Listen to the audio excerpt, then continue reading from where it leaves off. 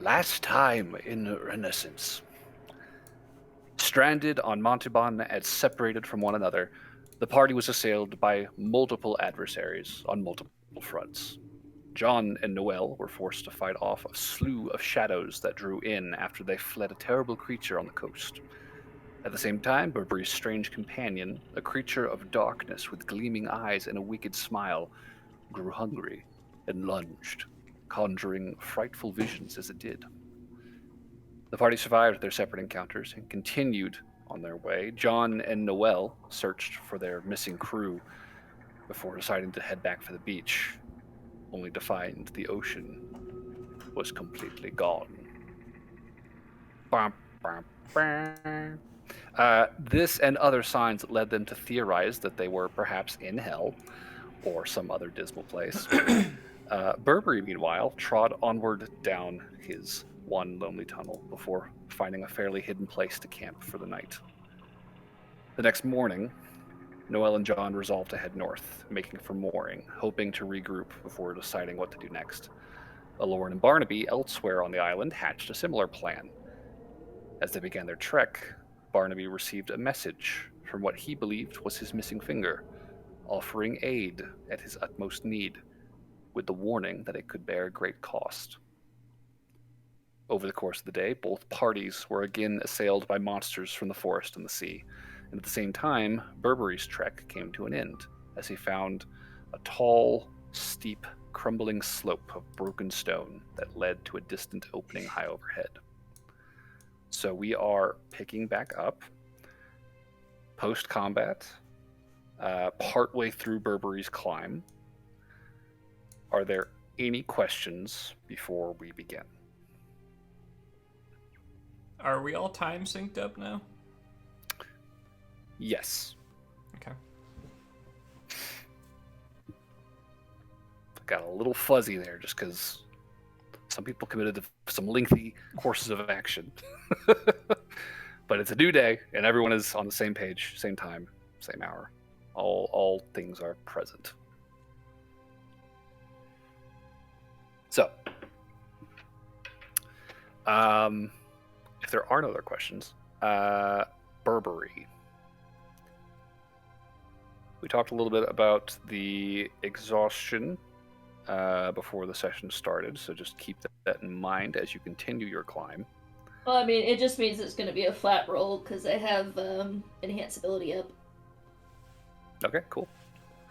So you, over the course of the end of last session, you climbed up about, I believe it was like 160 feet here. Mm-hmm. So you've still got several hundred feet to go. In the interest of this not taking forever, I don't want you to roll for like each round of climbing. I think we're going to do this like a minute at a time. Okay. So, if you would like to continue your climb, feel free to make your next strength athletics check. First, I have a question. Yes. So, with the steepness of this slope, Mhm. if I fall down, is it a plummeting scenario or is it like a rolling scenario? It's more of a roll. Yeah, this is not a sheer drop to bedrock down below. This is going to be a pachinko machine, bing bong boom all the way down, like hitting rocks and potentially catching yourself just short of the ground. So, Okay. best of luck. Oh my. Thanks. I have Don't hurt yourself. like. And I guess I should ask too, are you wanting to be like, are you clamoring like full speed here? No, I'm taking my time. Taking your time. Okay, fair. Okay. Well, I guess I'll go.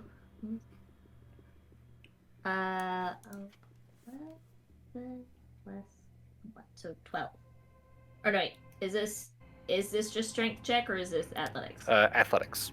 Still 12, but it's good to Good to know. So 12 is not a success, but it is not a dismal failure. That will not be a progress check, and that will be a strike against you as you continue on your attempt here. I'll say you are struggling to get a solid hold here. Like every time you kind of get like 10, 20 feet up from your current perch, the rocks kind of give way, crumbling under your grasp, and you're sort of left hanging by one hand. You kind of have to reset, climb back down, try and find a new path up.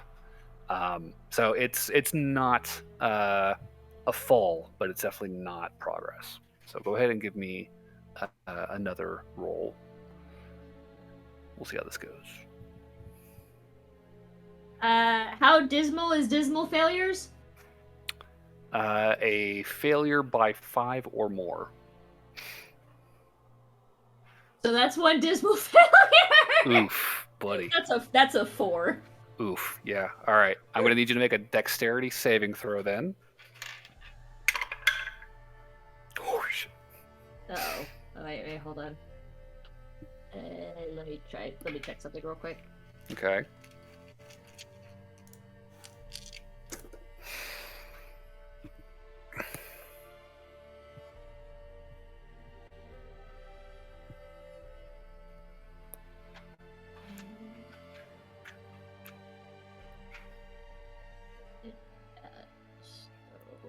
Okay. Then. So this dice is going to dice jail. Okay. How was your save? That's another 4. Okay, cool. So, Burberry, you will be taking the full damage as you plummet 50 feet, smashing on rocks You said as this you fall. wasn't a plummeting thing! Hey, you're 160 feet up right now. Well, no, because I asked because if it was a plummeting thing, I was gonna tie something around, but was this a rolling thing? So, boom, boom, boom. It will hurt. So you are going to take... Damn,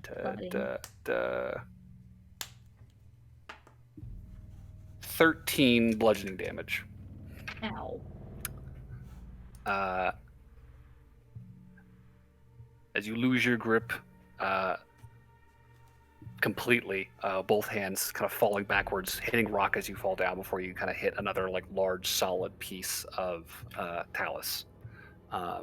Catching yourself, kind of knocking the wind out of you, but you are stopped and you are still up off the ground. So rope, you wanted to try? Yeah, rope Okay. around it, like a big rock, so that way if I fall again, I won't fall as far. Okay. Sure. So how much? I have 50 feet. So You what have I'm 50 feet. what I'm probably gonna do is I guess I have a question. Do you have a climber's kit on you or just rope? of course I don't have a climber's kit. Are you crazy? Look, I don't remember what you guys bought. All right. No, what I'm probably gonna do is like do a loose knot around a big rock. So Okay. basically, as I climb upwards, I can pull it off the rock because it's that direction. But if I slip and fall, it'll catch on the bottom. Gotcha. Okay, so you're like lassoing a hold each time you go. Right. Okay. So my forward should continue to progress, but my backward should have a stop. Gotcha. How much? I guess how much give are you giving yourself with this rope plan?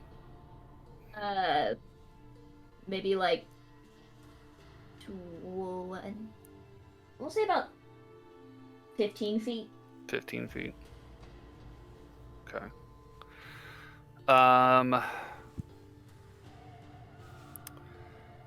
So I'll say this. This is almost definitely not the safest way to affix yourself to a rope, to a rock wall as you're climbing with rope. It's better than nothing. I will say, however, that there is still a chance that you could, unfortunately, in a very, very bad roll, lose that rope's grip. We'll say like a failure of 10 or more. Okay. Fair? Yeah, that's fair. Okay. Catastrophic failure, your rope is going to slip off. I So, rolled another 3. My God. did you seriously? No, I said if. Oh, God, yeah. Okay. Oh, Cat. What is it? You're cutting out. I think that's a 1. Was that a 1? I'm using my inspiration. Okay. That's probably a good use for it. Because yes, that wasn't that one. That's what I was saying.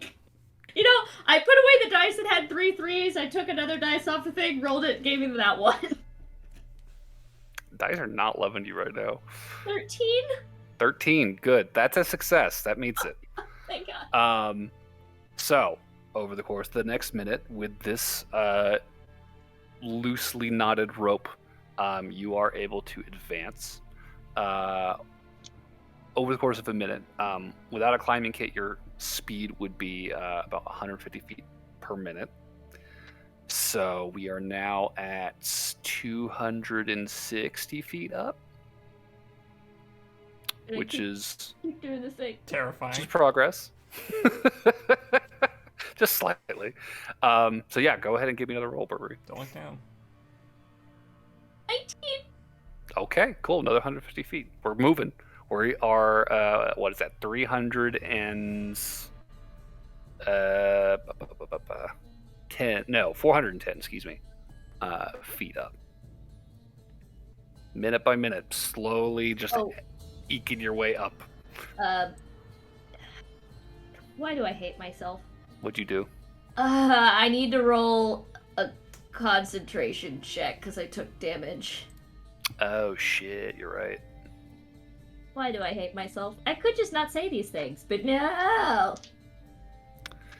I appreciate your honesty, Burberry. Okay, I have advantage. Not that that helps much because I rolled a nat 1 and a 6. You guys remember that comment I made last week about how giving Cat advantage in this campaign doesn't seem to do much?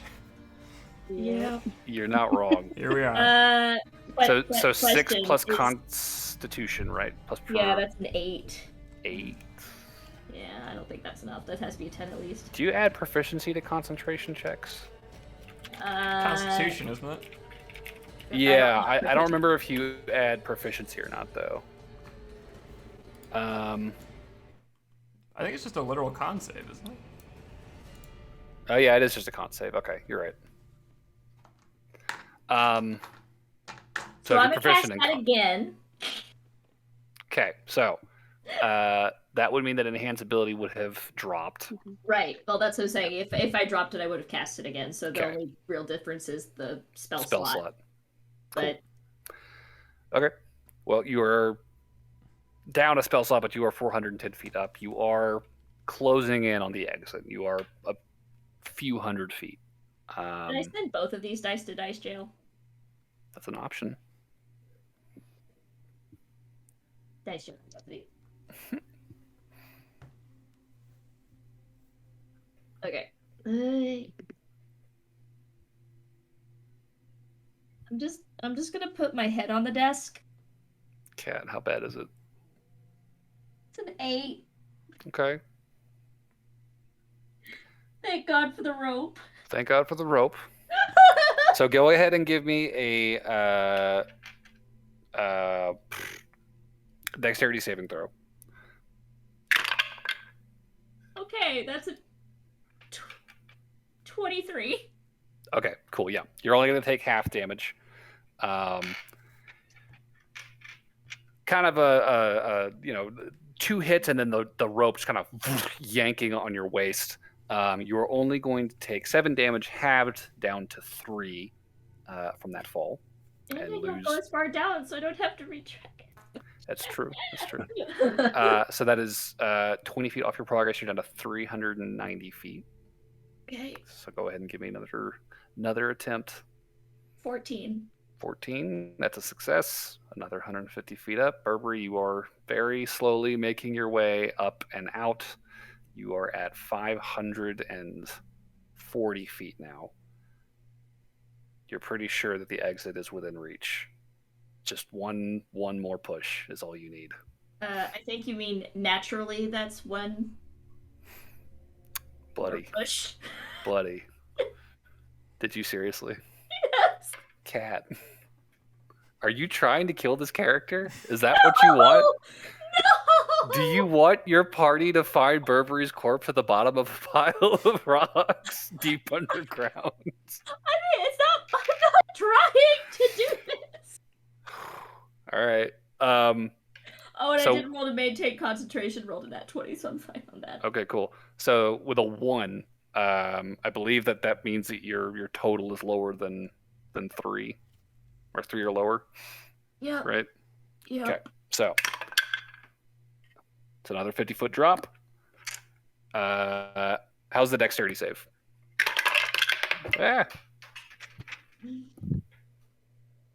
I'll find that later. 16. Okay, that's a success.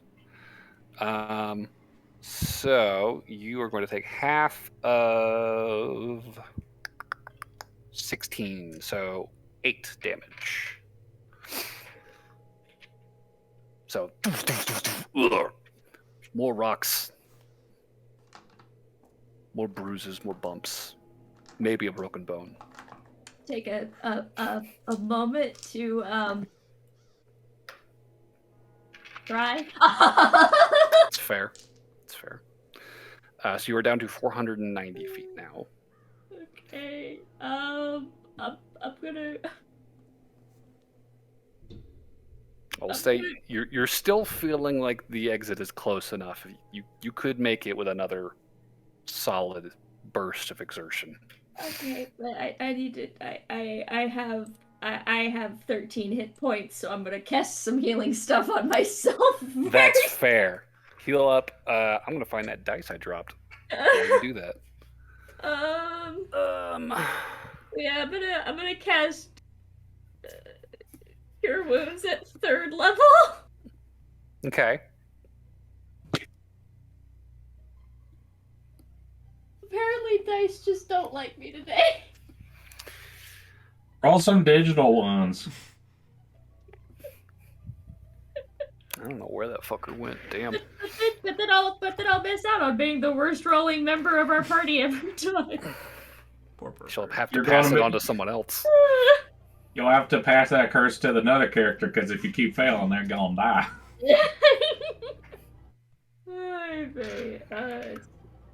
Poor Burberry. I'm just very, very talented this way. Let's see, 15 plus That's one way of saying it. 18, so that brings us back to 31. Okay. Okay, now I can make this final roll. All right. One more try. Come on. 11. Well, it's only a 20-foot drop. So go ahead and give me a dex save.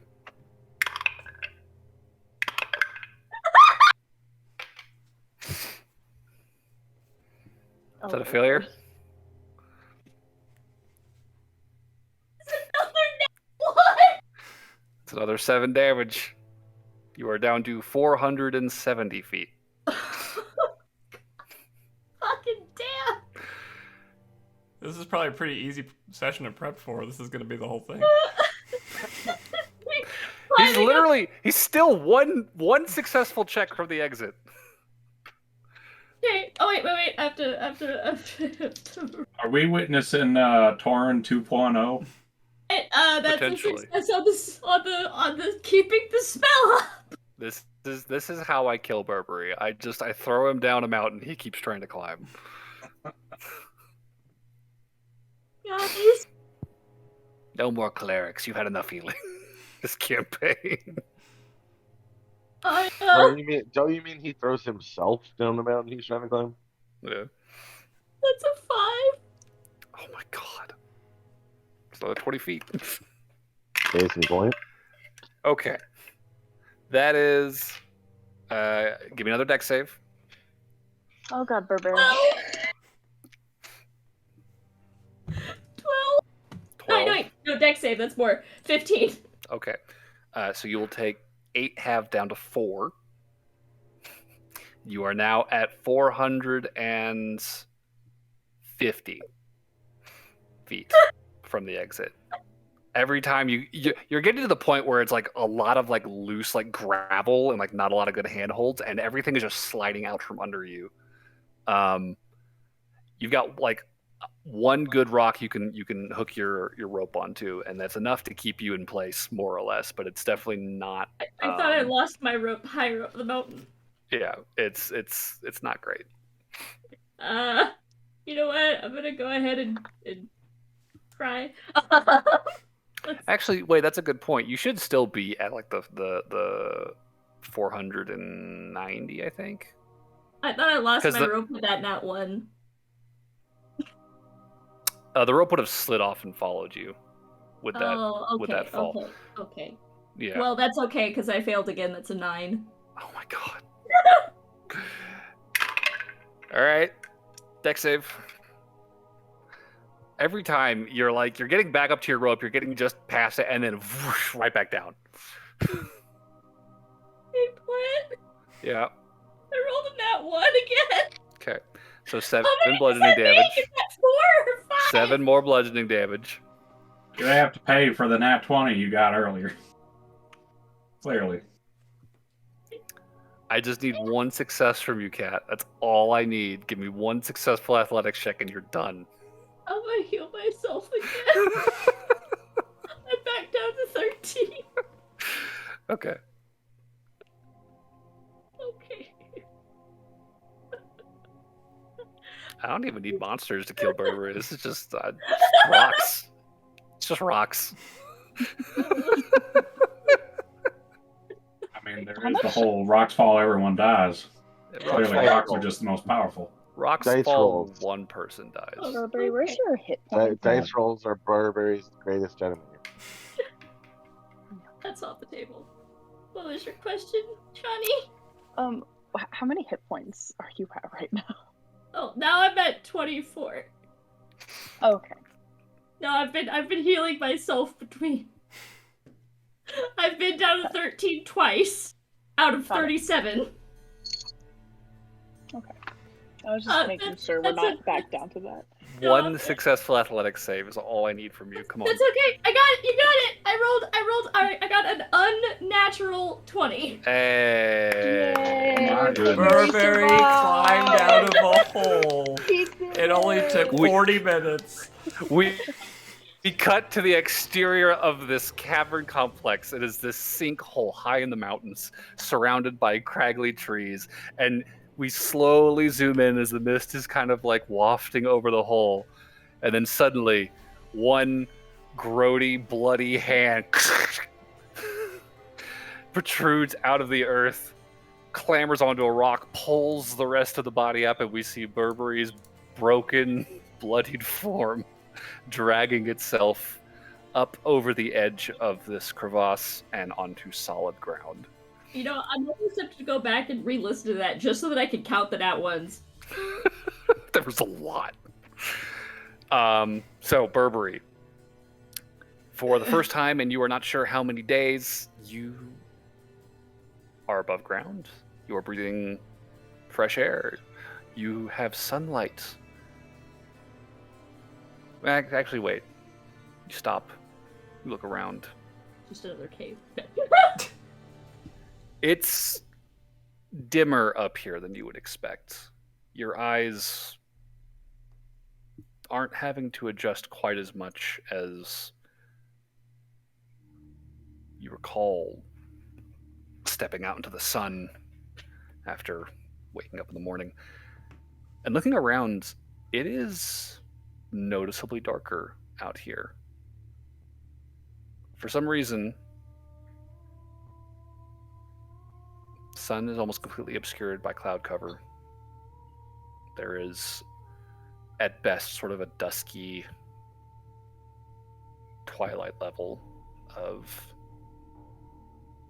pale gray light shining down on you. Thick fog in every direction, dark clouds overhead. You look at the trees, they are either completely barren or covered in these large bundles of like crinkled, dead, dry leaves, black and brown. You can see the slopes of mountains not far off through the forest, kind of rising up over the treetops, wreathed in fog, but close enough now that you can make out their shapes. You get the sense that you are fairly high up on these slopes.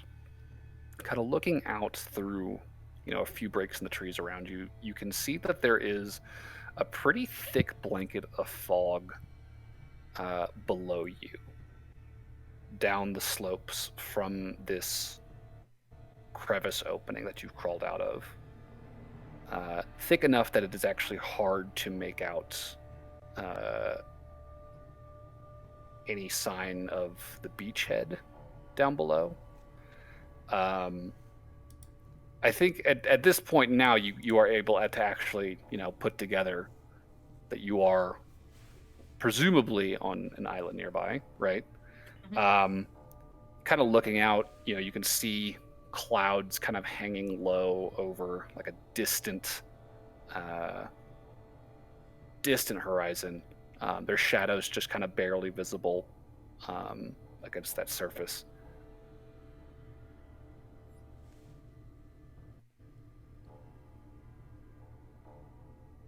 Things don't look quite right, but it's a far cry from that dark and dismal tunnel. Well, what do you want to do outside, right now? I suppose at least outside doesn't have teeth. Well, at least not for now. Perhaps teeth will come along. Well, I don't want teeth to come along later now, do I? No, that would not be preferable at all.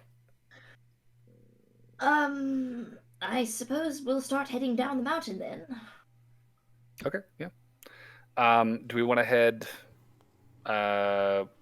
what you kind of got your pick of directions here. There's slope, more or less. We'll say if you got the peak of the mountain behind you, there are slopes leading down in front of you, off to your left, and off to your right.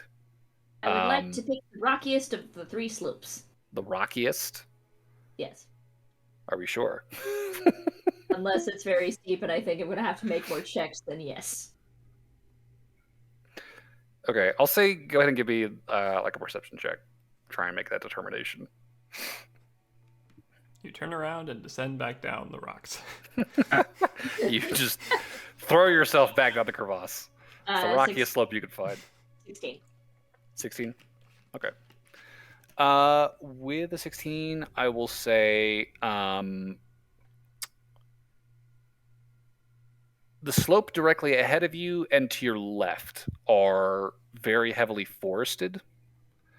The slope to your right, looking at it, it's more gradual, but it is more tree bare.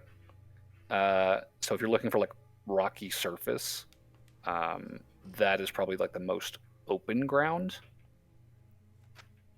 You would not be heading the most like directly downhill that way, but it is the rockiest path of any of them. Is there a beach that I can see?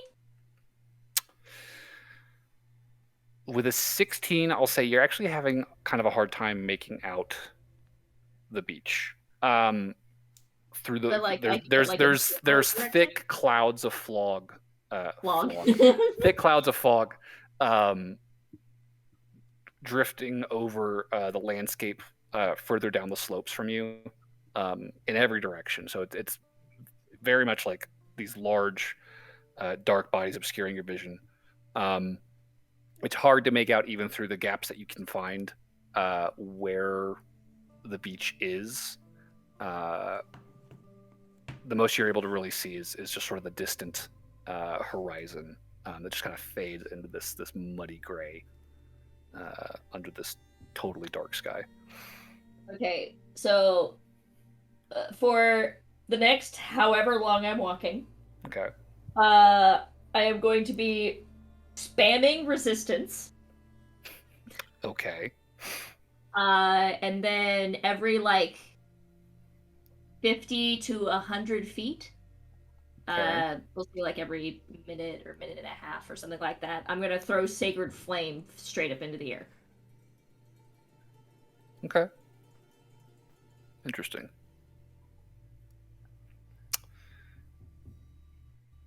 Okay. Let me think on that. I really have to use the bathroom, like, very, very badly right now. So this will give me a second to think. I'll be Let back me in, like, think on it. yeah, I'll be back in like a minute, unless you want to take a break now, in which case we could make like 5. That's up to y'all. But I'm gonna step away for a second. So if you're still here when I'm back, we'll just continue. I'll be right back. I might as well. I guess we're going on break. Alright, I'll switch. Okay.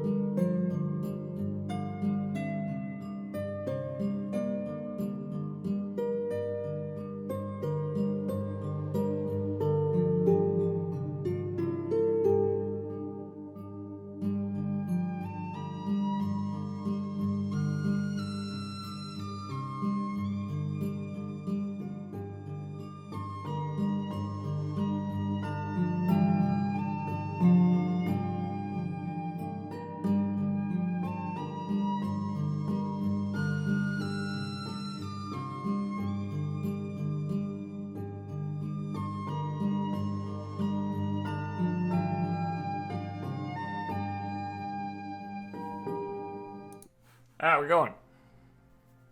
Okay. So, Burberry. Throwing Sacred Flame into the air as you walk every so often. Yep. And it goes 60 feet into the air if you were curious. 60 feet up. Okay. I'll say the other members of the party, I assume this is supposed to be a signal flare, the other members of the party can make a perception check.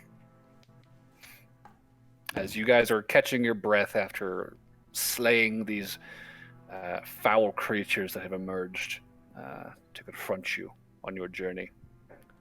Oh, and also now that I'm outside, I do put my... 17 for Noel. 17. Okay. 8 for John. Good. No. 25 for Alone. Oh, damn. 25. Okay. 13. 13.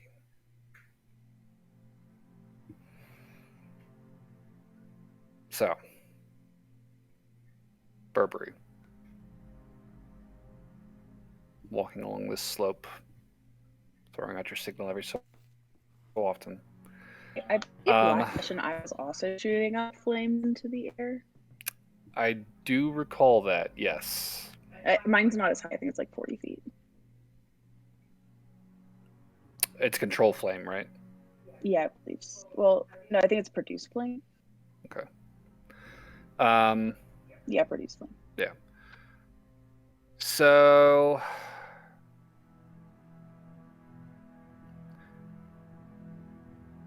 I can say from where Noel and John are at on more or less the same elevation as Aloran and Barnaby, the distance at present is definitively too great for you guys to even have a chance to see that.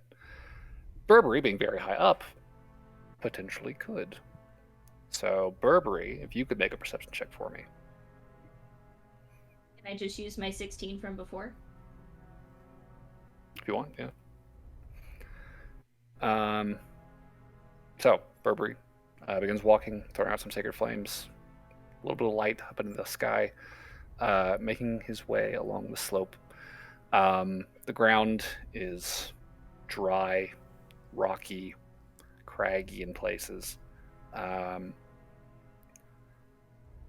Staying out of the trees.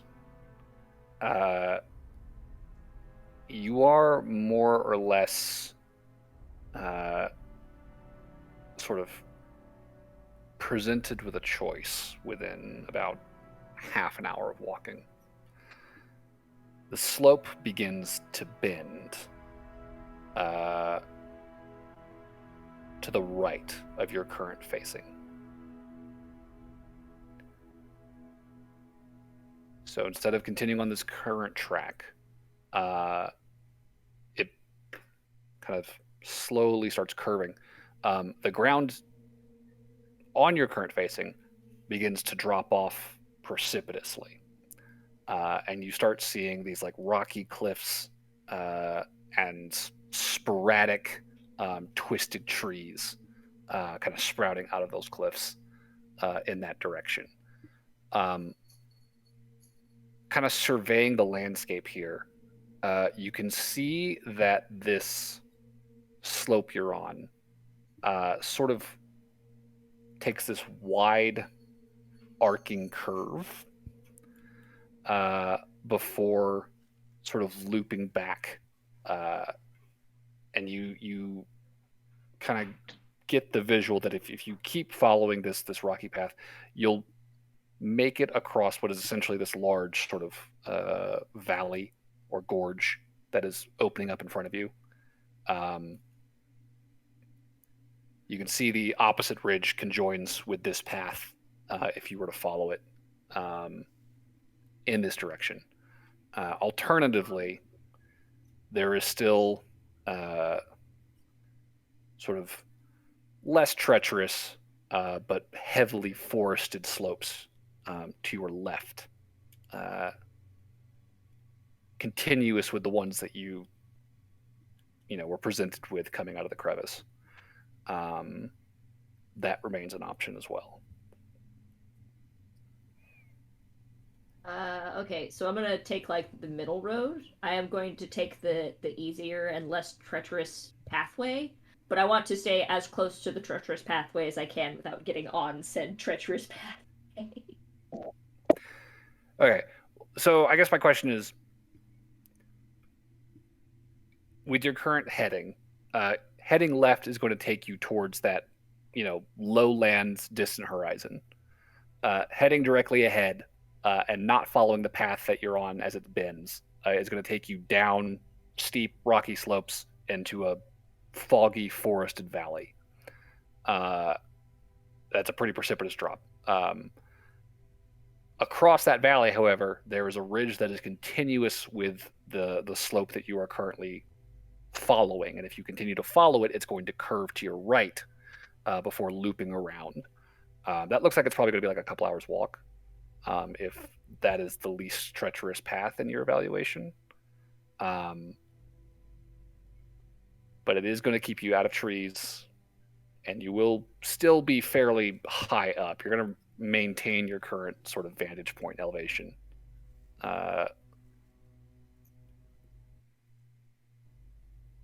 Because what is your thinking there? Like, where do you want to go? I have an idea that might be horribly clever, but it also might get me horribly dead. Okay. So on this treacherous path, whatever, is there a drop, like an actual drop? Like a straight vertical cliff drop, or just another steep slope? Straight cliff drop. Straight cliffs. I wouldn't say there's any that are straight cliffs necessarily. You get the sense that you're sort of like up in this like sort of jagged, rocky, sort of highland mountain area. It looks like, going into the woods, far enough down, you're going to be down below the fog clouds that are sort of obscuring your view of the beach. But that would take you down to sort of like sea level, presumably. You could also do the same, just tumbling down the very steep rocky cliffs ahead into the valley, which looks like it opens up into sort of that lowland area. I'll follow the path for now. Like, not the I'll take the easy one. The one that will take me a few hours. Follow the curve. Okay. Yeah. That being said, I am going to continue doing what I have been doing. Fair enough. So, following that, checking with Lauren, Barnaby, Noel, John, you guys still determinedly headed north, correct? Yes. Okay. Did Lauren see anything with her 25 perception? You did not, unfortunately. Actually, really, really mad because out of curiosity, I did roll a dice after asking to keep the 16, and I rolled a nat 20. Say la vie. Over the rest of this afternoon, you guys will proceed with your respective hikes. I will ask anybody, one person, to roll a d20 for me. I'll do it. Oh, look at me. I'm done. I got a 9. A 9. A 9. Good to know. So. Do I win? You get to live for a few more hours. For 9 more hours. At least before prime time. Barnaby, Lauren, hiking along the coast, listening to the ebb and flow of the tide slowly crashing against the shore. The hike is a long, slow, monotonous one. You're on alert, watching for some sign of encroachment, another creature coming out of the ocean, perhaps out of the forest, crawling up from between the rocks. But mercifully, you do not encounter anything for the remainder of this day. hiking until sundown. The sky starts to get dark. I'll say go ahead and give me a survival check. Just kind of get a sense of what your camp looks like. Do you want me to do it, Barnaby? I have the survival thing. How good was your survival? My survival has a +6. Yeah, you beat Damn. me. Okay. Defer to the druid. All right, so that is a 15. 15. Okay. I'll say it's probably not like the most ideal position you could possibly find, but you're able to find water, flowing water. There's a trickling stream not too far off, just kind of like spills out into the ocean. You can get water there. And there's tree cover if you want it. At this point, I'll say the rocks has sort of leveled out, given way a little bit. They're a lot more traversable, like kind of open, flat stones that the waves have kind of worn smooth over eons. And the tree line is now pretty level with the coast, where it had been much further overhead for you for a long time. So you got yourself a decent spot for the night. Noelle and John, as you are hiking alongside the desolate, dropping expanse of sand and rock that was once an ocean, you think. You mean watch hell? as the landscape begins to shift underfoot over the hours. You see the sands giving way to bare stone, and that stone beginning to convulse and upturn, becomes very rough, very jagged, very tumultuous landscape that you're hiking over now. This is not the best place to be wrapping up, but by the end of this day, as the darkness overhead somehow grows darker and the little light that you have begins to fade away, you're going to need somewhere to camp out for the night. So somebody go ahead and give me a survival check. Let me check my stat on that one. I got a +4. How are you doing, John? I have a +5, and with Go what I for it. rolled, I have a 17. 17. Good. Okay. So, bad news. Not seeing flowing water. Good That's news. There are plenty of nooks and crannies here that you could probably cram yourself into. Get some solid shelter and cover from whatever might be out there in the dark. Burberry. Sleepy time. Over the course of the next couple hours, as you round this ridge,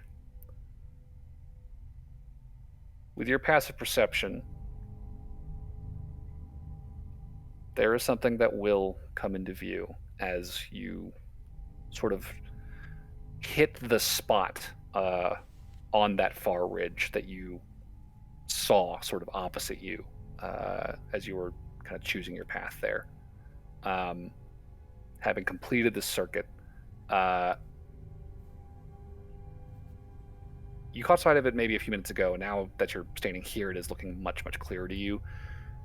There is a very distinctive column of dark smoke curling up in the distance ahead of you.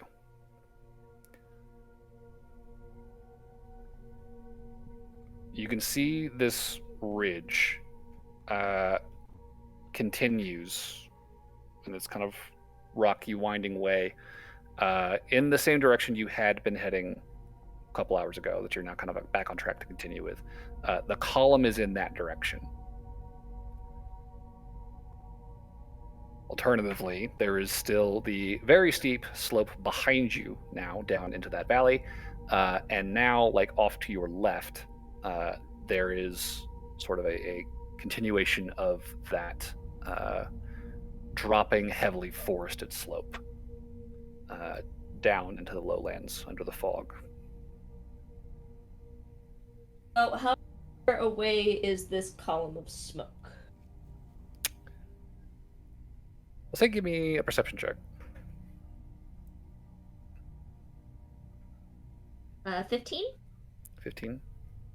Okay. I'll say you're not quite sure how far it is exactly. I'll say what you can tell now that you're looking at it and you've got a decent beat on it. It looks like it's pretty big. There is sort of like a flaring and fading at the top of the column as it gets higher and higher, but still very dark. That kind of tells you that there is a pretty solid amount of smoke being generated by whatever this is. It can't be more than a day away. That, I think, you would probably be able to clock. But how close it is hard to say, because you're not sure just how big. Okay. I am going to cast Guiding Bolt straight into the air, which is 120 feet. Okay. So this shining star shoots up from the point you're standing on into the sky. I'll give the rest of the party another perception check to see that. Sure. 12-story building? 18 for Noel. How much? 18. 18. 19. 19. Okay. Anybody else? There's 2 other party members. That's true.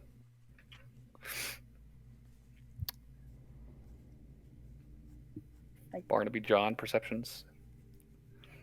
I have a +2, but that's not great. That's a 11. Yeah, damn. Oh dear God. That would be a 7. So, We're rolling real good. But if you throw a monster at us, we're going to die. Any monster. yes. Guiding bolt shoots a lot higher into the air. And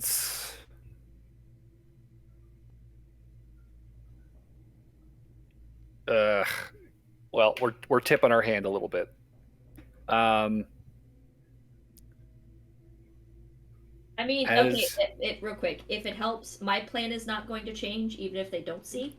That's fine. I'm just kind of wrestling with the fact that I have to give away information. Oh no. As you are sort of scouting your campsite and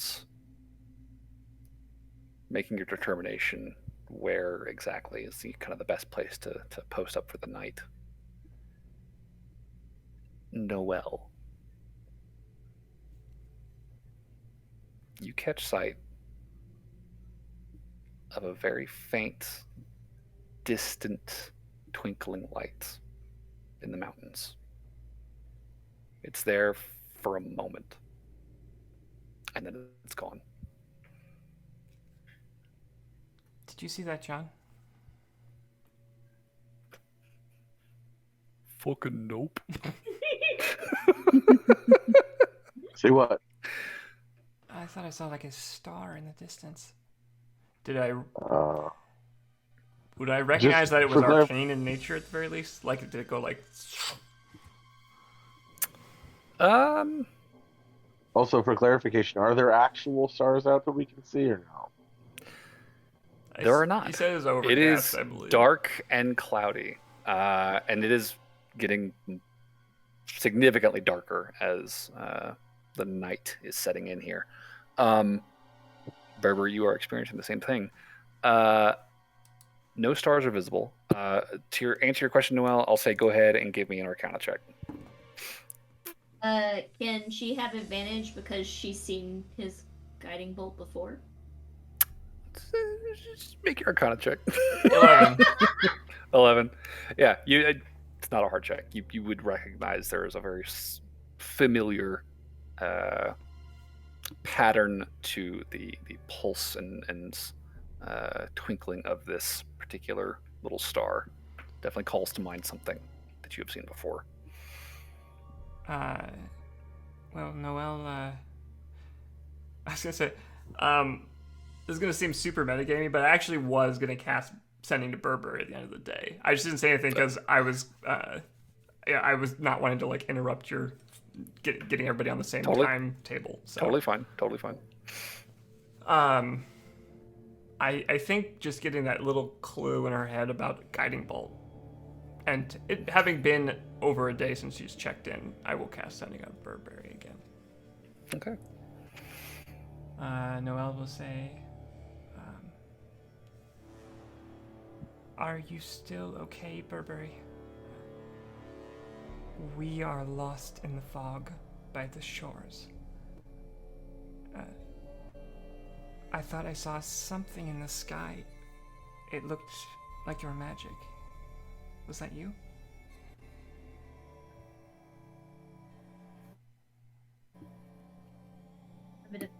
Wait, is there a limit of words there? 25. Okay, give me a sec. If anybody has any nightly activities to do, I'm going to be typing in 25 words very carefully. We could paraphrase. I'm not gonna force you to do like a hard. I just try to keep it to like 1 to 2 sentences. Yeah. All right.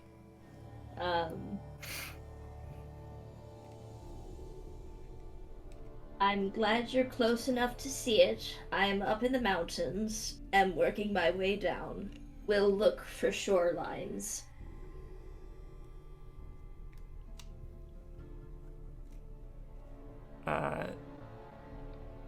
Noelle is going to immediately use daylight on her drift globe. Okay. Interesting. Okay, Burberry, go ahead and give me a perception check. 13. 13. Unfortunately, Burberry, It lasts for an hour, for what it's worth. Oh, does it? So if you keep moving, there's not a non-zero chance you could still get close enough to see it. And this is, again, I'm not trying to be metagaming. This is what I was going to do for the night. But I was probably actually going to head back to that rocky slope. Because I was going to cast Meld into Stone so I could sleep tonight without watching my back. Okay. Sure, yeah. That's fine. I mean, there's open rock faces not far from, like, you don't have to like backtrack significantly to find yourself a good spot for that. That's fine. I will say with the 13,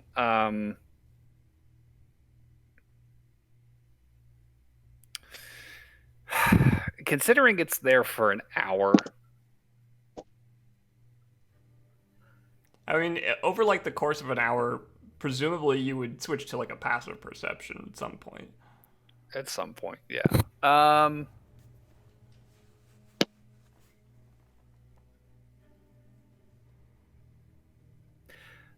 I think there's a moment, maybe, where the fog thins just enough that this light is visible to Burberry.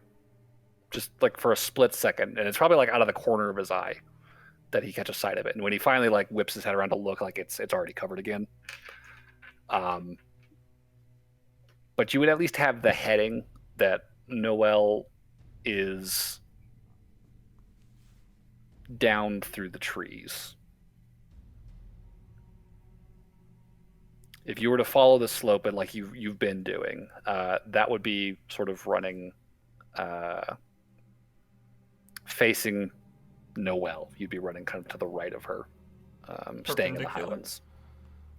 I mean, Burberry doesn't know which direction you're heading necessarily right now.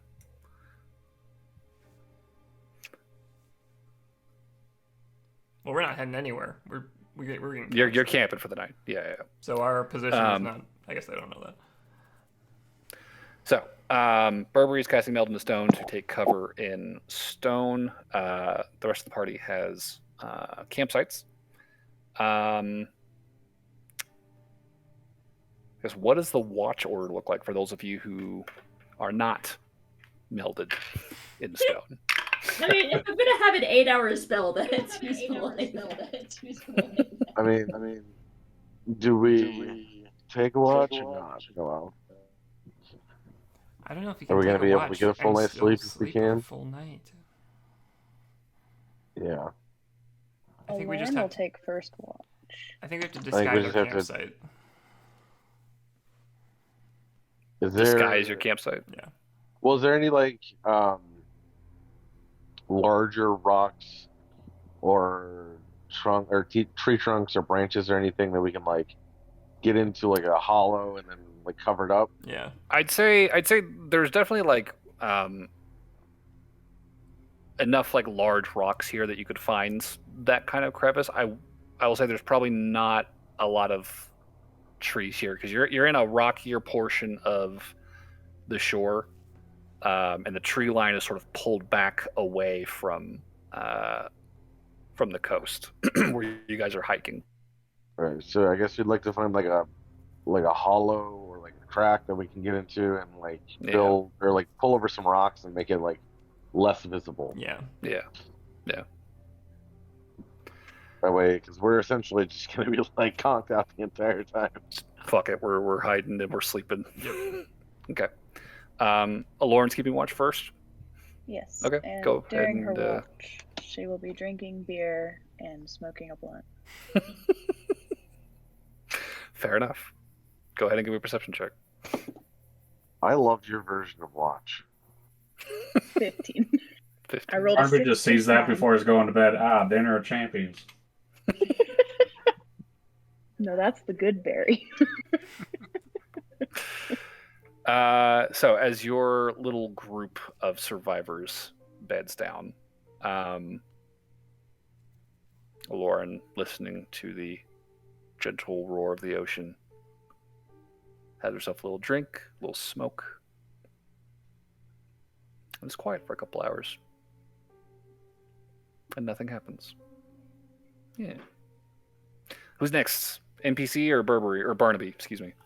I can go. All right. All right. Give me a good perception roll, please, would you? I mean, technically it is better. It's a 12. 12. Okay.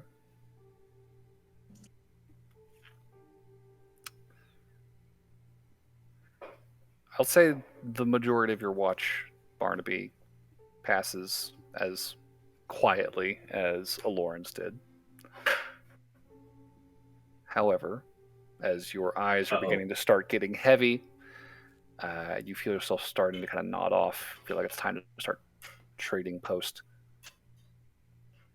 There's a chill that goes down your spine. You feel the hairs in the back of your neck stand up. And I'm going to need everyone to roll a wisdom saving throw for me.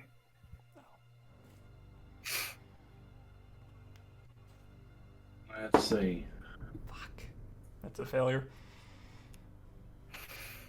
Natural 20.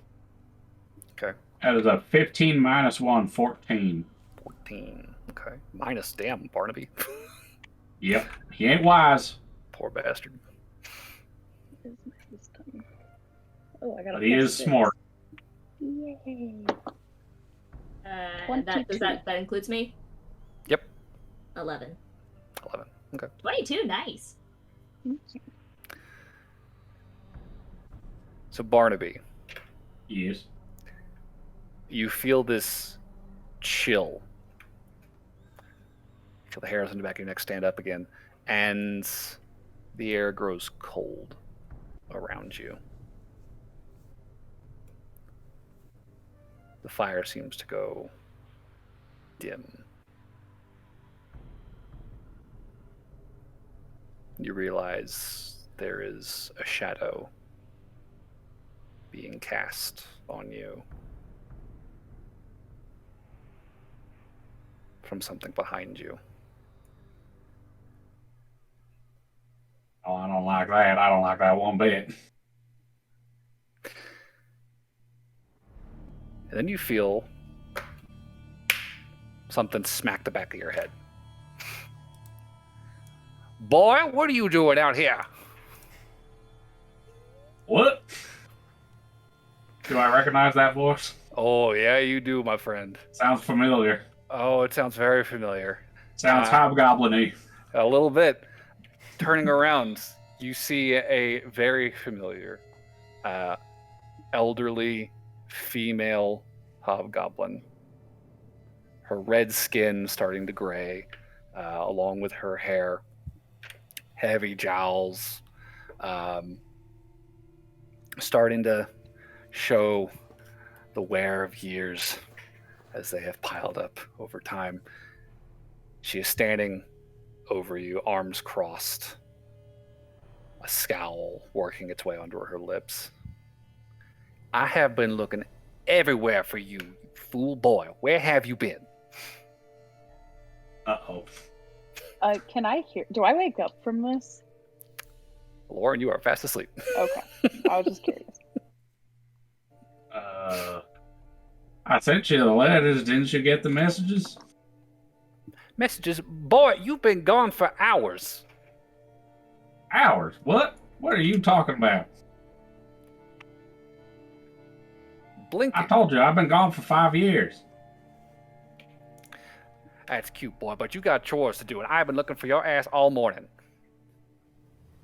She hands you, or she thrusts, really, not really hands, just kind of like pushes onto you this broom and a dustpan. It's like that room has not been cleaned since yesterday. I want the house swept. I want the porch cleaned. I want the sheds shoveled. Shouldn't be that much to ask, boy.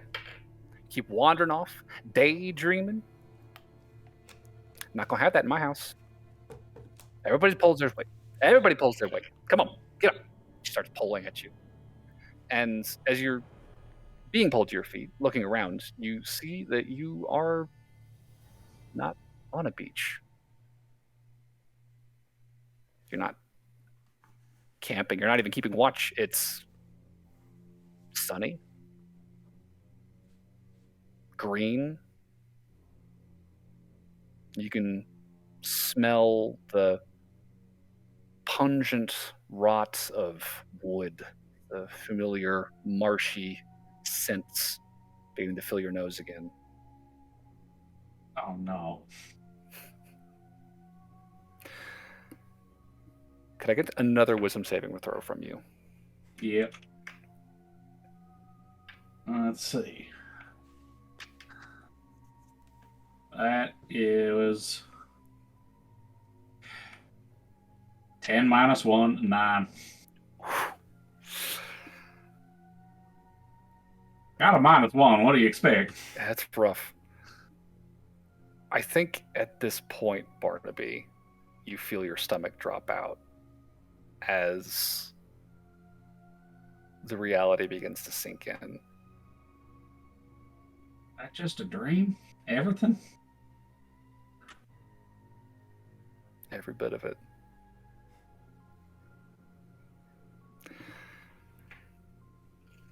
And in that despair, you are going to take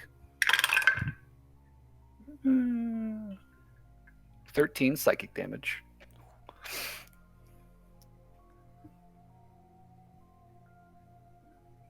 Ow.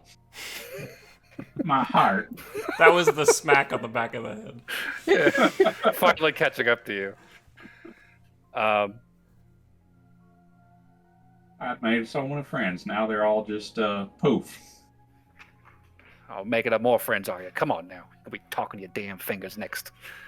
She swats at you with the broom, pushing you away from this quaint little spot you found for yourself by the water, back into the forest, back towards home.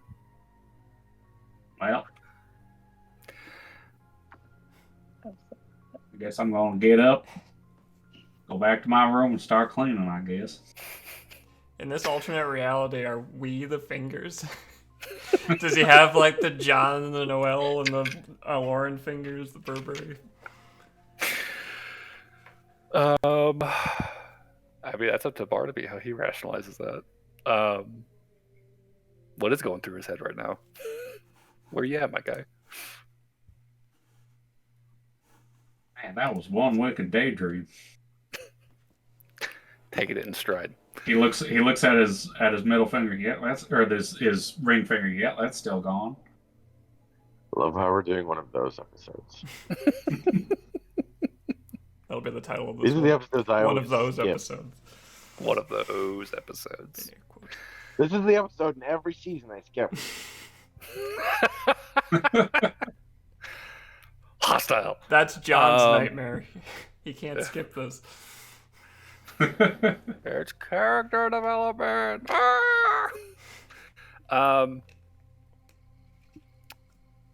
Yeah, Barnaby, you sort of pulled your feet. You still feel that sense of unease, that coldness,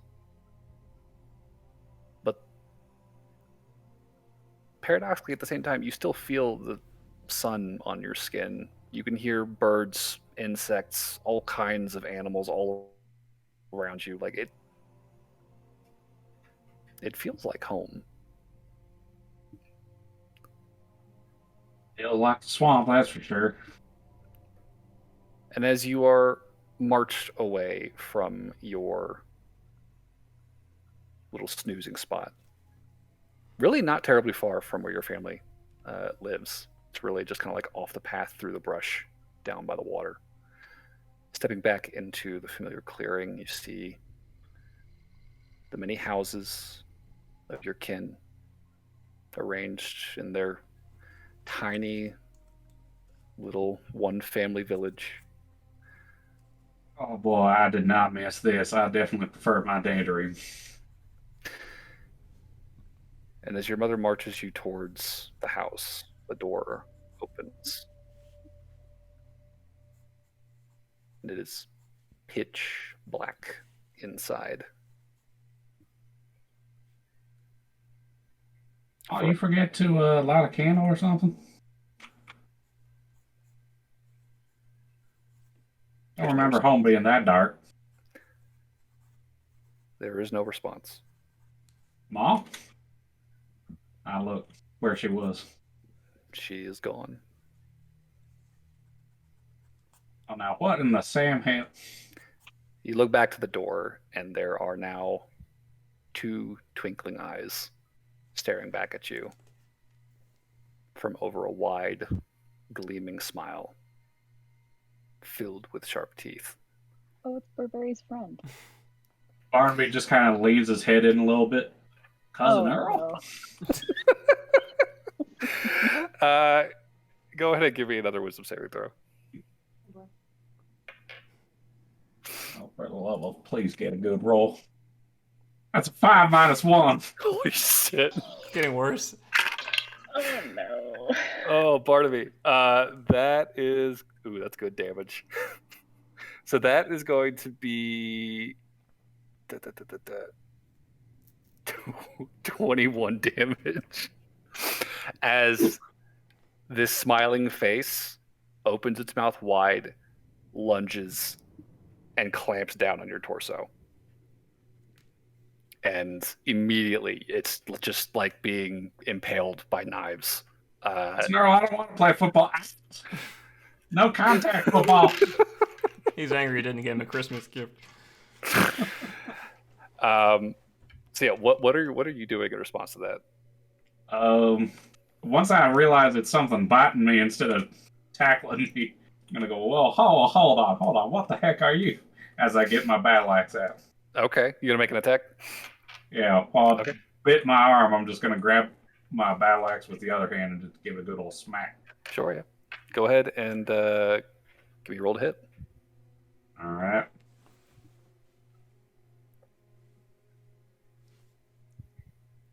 That is a 16. 16. Okay, yeah, that'll hit. Go ahead and give me a Alright. damage roll.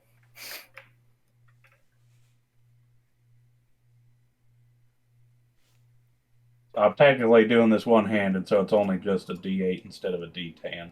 Oh no. Because I imagine it bit my other hand. That is 6 plus 2 for 8. 8 damage. Yep. Swinging, cleaving into this dark mass. It's funny. It's almost like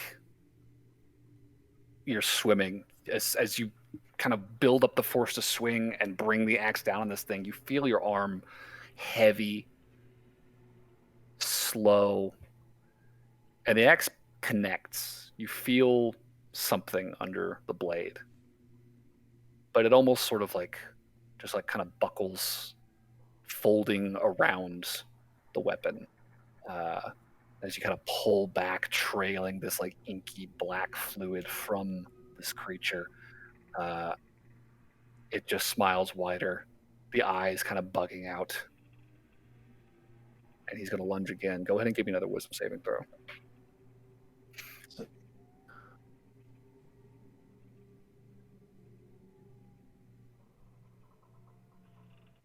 That is... I think I may have succeeded. That's a 16 minus 1, 15. Maybe I spoke too soon. Maybe.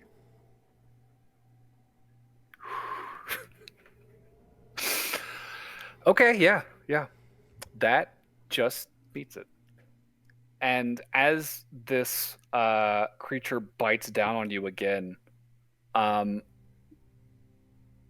something about this whole scenario, the offness of it all, clicks into place for you very suddenly. And kind of like brushing this thing off with that axe, pushing it away, you get the sense this thing, whatever it is responsible for everything you're seeing right now. And as that realization sets in, you watch as the sky overhead goes completely dark. The trees begin to melt into the ground. Everything joining the inky black shape of this smiling creature.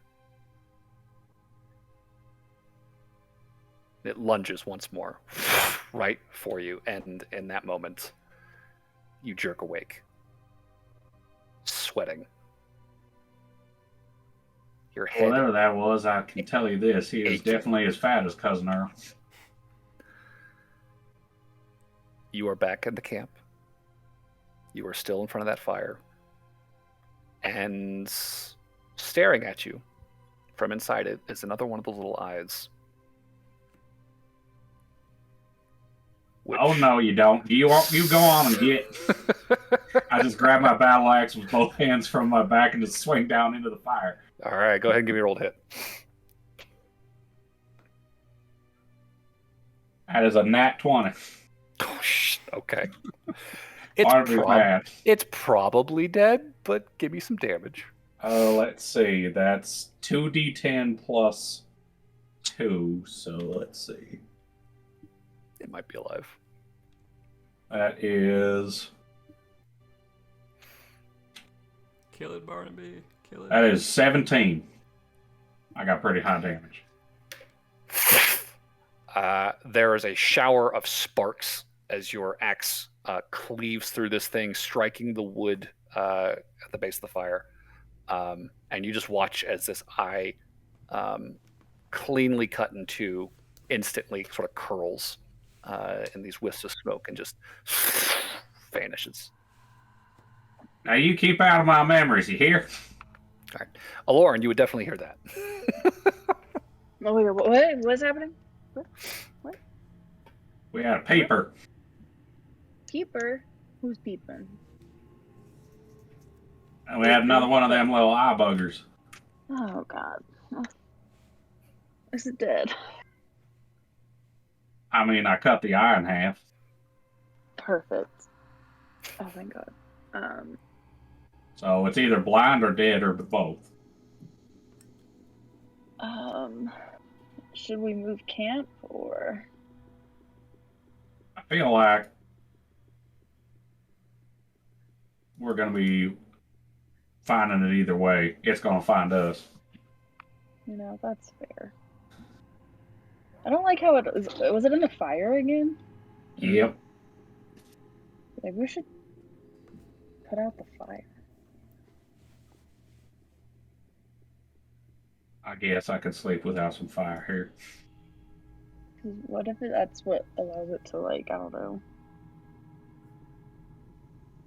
Like, it's weird that it's the second time it's still in the fire. That is a good point. Did yours get into your past life at all? I have not had any experience with it yet. Mine had me right fooled for a good bit. Are you okay? I think I'll be okay, but just make sure you are real, right? This isn't just some dream. I'll go up and pinch him. I'm real. I felt that. Barnaby's gonna slap himself. And I felt that. Yep, this is real. You're awake. If it happens again, like, I don't know, try to yell out and I'll try to wake you up. If you can. Maybe that'll work.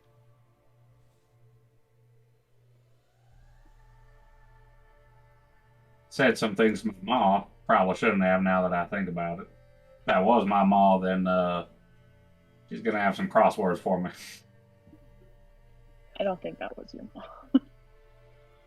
I don't know. They had a pretty good interpretation of cousin Earl.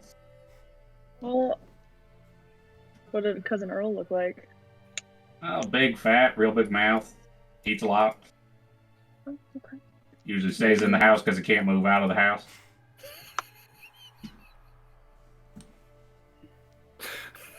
Well, maybe it uses your memories against you. So it's like everything that you remember, so it's gonna be like almost perfect.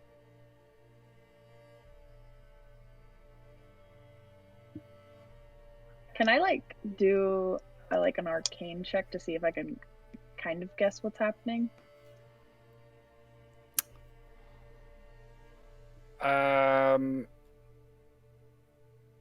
I guess what are you trying to puzzle out exactly here? Like I'm trying to figure out if there's like, if I know if there's a way to like figure out your, like, in the middle of like a illusion. Okay. I guess give me an Arcana check. You need your totem.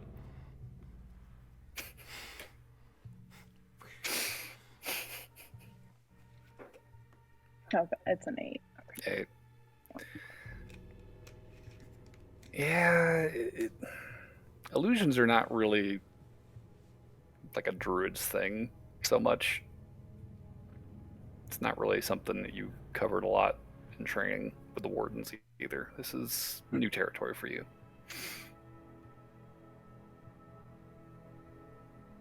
Barnaby, if you ever feel something's off, I don't know, just start like screaming and making a scene.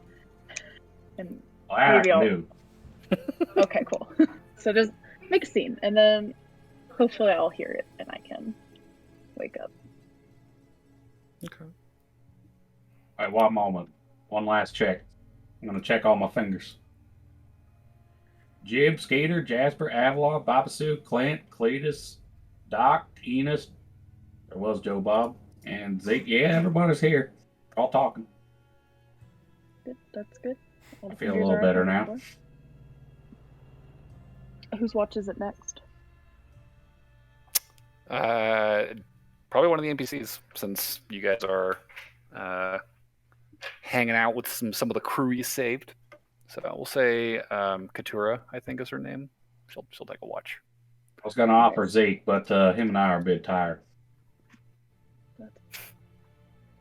I guess before I go back to sleep, I'll talk to Katura and just be like, if like you feel like you go somewhere, I don't know, it's like some illusion thing. Like if you feel anything like that's not right, just start like screaming and making a scene. And we'll try to wake up. Like Leah did. Yeah. Last night. Yeah. Did it happen again? Yeah, it did. So whoever you wake up next, tell them the same thing. Just start screaming and stuff. Yeah, okay. Fuck. I hate this fucking island. You guys doused the fire too. Yeah. So your predominantly human companions, along with the one dragonborn, have no light source. Oh, I will give, I know in my inventory I have those light crystals that I stole from the mansion. You have some? I have some, yeah. Oh. Because I grabbed some crystals and then I grabbed the little lamp for Noel. Okay. So I will give some light crystals. Some little glow sticks for the crew. Yeah. All right. That's fair. They've just been glowing in your bag this whole time. Yep. Got glow sticks in my backpack. No problem. It's fine. Never ending glow sticks. Yes. Yeah. Couture takes over the watch. You guys go back to sleep. Oop. No, come back, dice.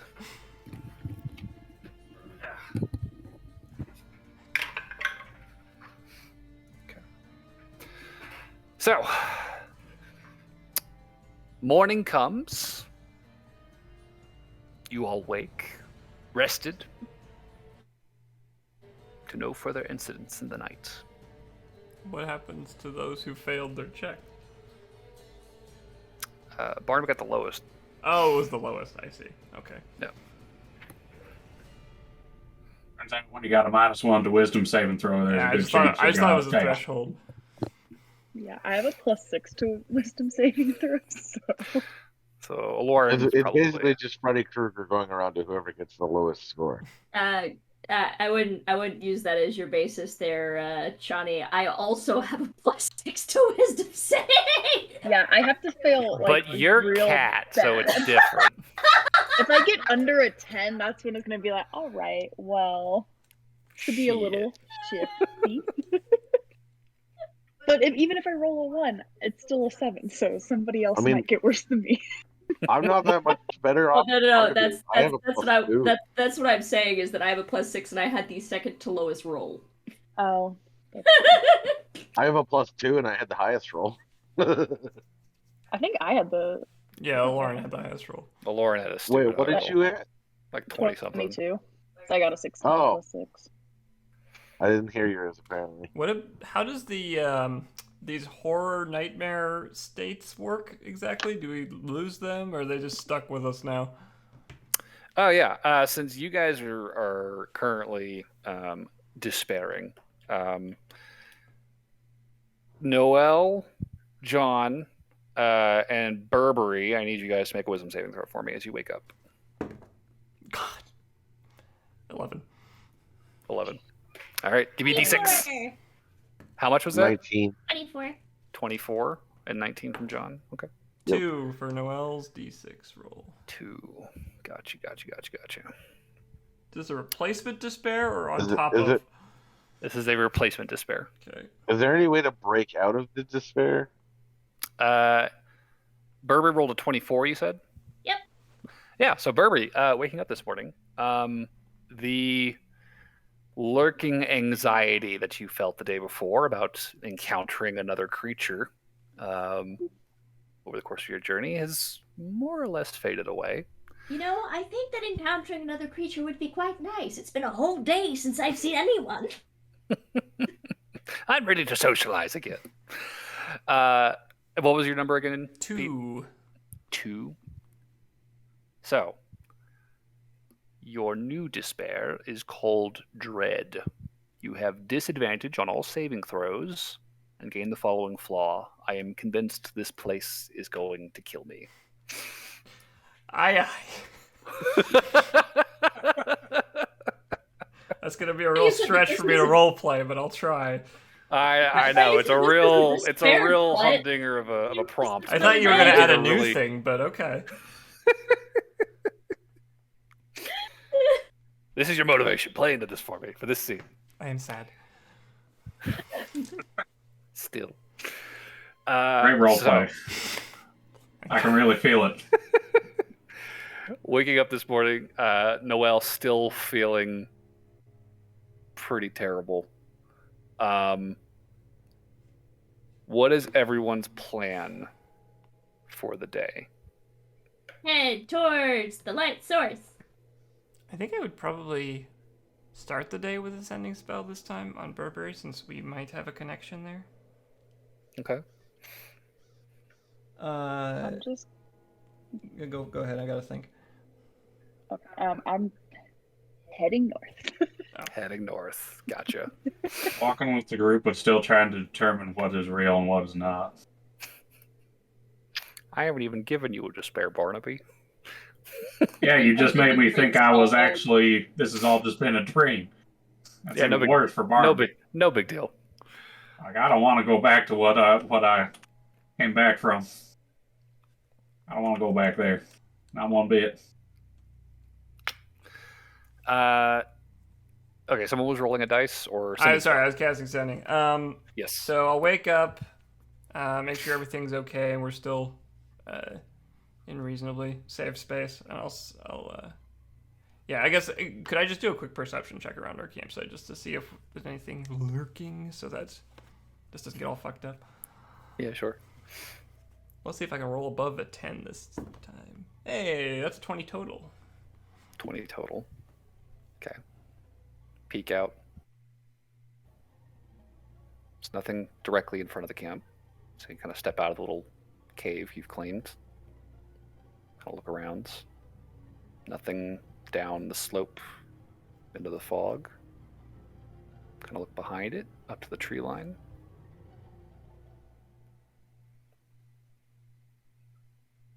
Behind a tree. With one pitch black hand wrapped around the trunk. There is something standing there with one gleaming eye and the corner of a smile poking out. And as you meet its eye, it gives a little flutter of his fingers and just pulls behind the trunk and disappears. Oh, fuck this guy.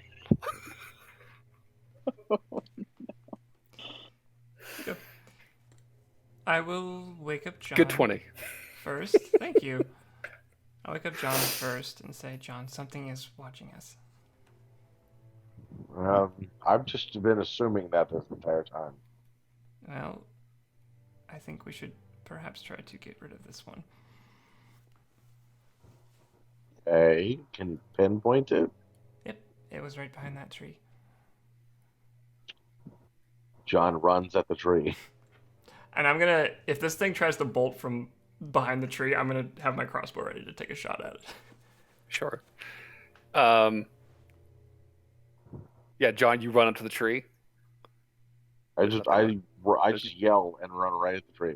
Yeah, there's nothing there. What the hell, Noel? It's just a tree. It's just a tree. There was something there. I think you're going a little bonkers. I am convinced this island is going to kill us. Nailed it. Thank Did you. it in one I take. take my bow. Fantastic acting. 10 out of 10, believable performance. Well, Can I slap Noelle out of her despair? Slapper? I said, can I slap her out of the despair? I'm not going to stop you from slapping her if you want to slap her. I'm not going to slap her. As a DM, I should discourage PvP, but I mean, play your character. now I am in pain and sad. Okay, sending then. If I knew this island was gonna kill me. It just took John to do it. Yeah. I will cast sending on Burberry, and I will say, Okay. Burberry, I hope you're still safe. I'm going to turn on my very bright light source. Keep an eye out, and if you can signal, do so. And I will immediately turn on the drift glow before they even respond to daylight. So Burberry, as you are beginning to wake up, I stretch It out is- of my rock for the morning. I look like a clipping, Yeah. just like mess up in a game. it's exactly like You that. T-pose out of a rock. No. It's not even just like raising straight up. It's like it's like I was flat before. And it just moves to 90 degrees and T-pose. Yeah. So, Burberry pops in, finally rendered by the engine, and you receive this message. Go ahead and give me a perception check. So you rub the sleep from your eyes.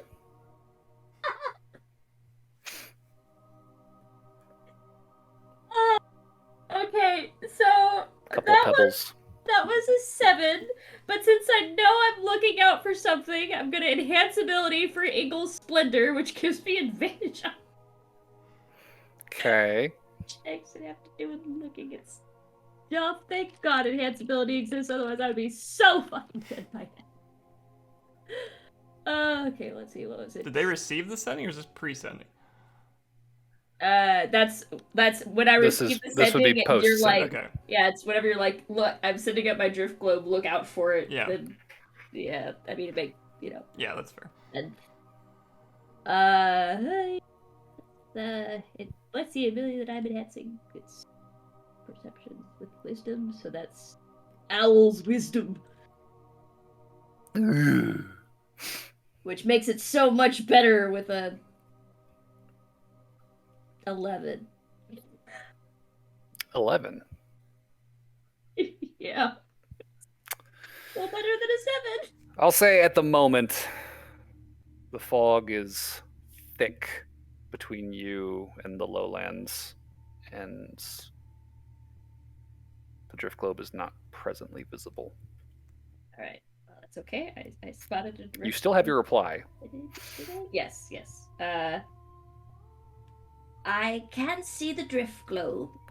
We'll head in the direction I last spotted it. Casting flares on the way. Okay. Okay. I think we're probably going to stay put for at least a few hours. Okay. I will say then Noelle and John, go ahead and give me a perception check. Bearing in mind that there is very thick fog between you and Burberry right now, as per his report. Chances are you won't see the signals for a minute. 13. 21. Holy shit. That's finally a good perception roll, right? Damn it, John. You ruined my suspense. What has it been all night? It's been like 5s and 6s and 7s. Ugh, all right. Yeah, John, for a split second, there's a gap in the fog, and you can see very far in the distance. Not sure how far, not sure where on the mountain it is, but you do see through a fucking, like, pinhole in the clouds this tiny sparkle of light from Burberry's very distant flare. He immediately points out to Noel. I'll be like, right there. Saw it. Let's start heading that way. And I'll be doing the same thing as I did yesterday with the light. When John points, I'll take a look at where he's pointing on. Like, I'll look at my compass just to get a sense of heading. It is almost directly west of you. Or east, excuse me, not west. West would be down the slope into the ocean floor. East, into the non-existent ocean? Yes, east. Hey, question. Even if we can't see the ocean there, can we drown in the ocean? You want to find out? Should I just chuck Noel in there? I am Hostile. convinced this island's going to kill me, so... So, Not the islands, the ocean, so you're still scared of that. It wouldn't work on John because he can breathe underwater, so I wouldn't know. So Noelle and John are going to begin heading eastward inland towards the mountains. Burberry is heading, unbeknownst to him, west, west, down the slopes towards the last place he saw Noelle. Is that a cat? It is a cat. The boy. Oh my goodness. Aloran and Barnaby, what are you guys up to? Walking. Just walking? Just walking. More walking. I'm All right. going north. I didn't see anything, Could so I'm going north. somebody give me a D20 roll? All right, I'll do it this time, Barnaby. And that one. Okay. It'll be fine. Do No, it this it's time, not. Barnaby. It's not gonna be fun. As Noel said, this island's trying to kill us. As you begin yet another day hiking along this awful, awful island's shore. Lauren, there is a distant rumble of thunder. And within a couple of hours, a light rain is beginning to fall on you and your party.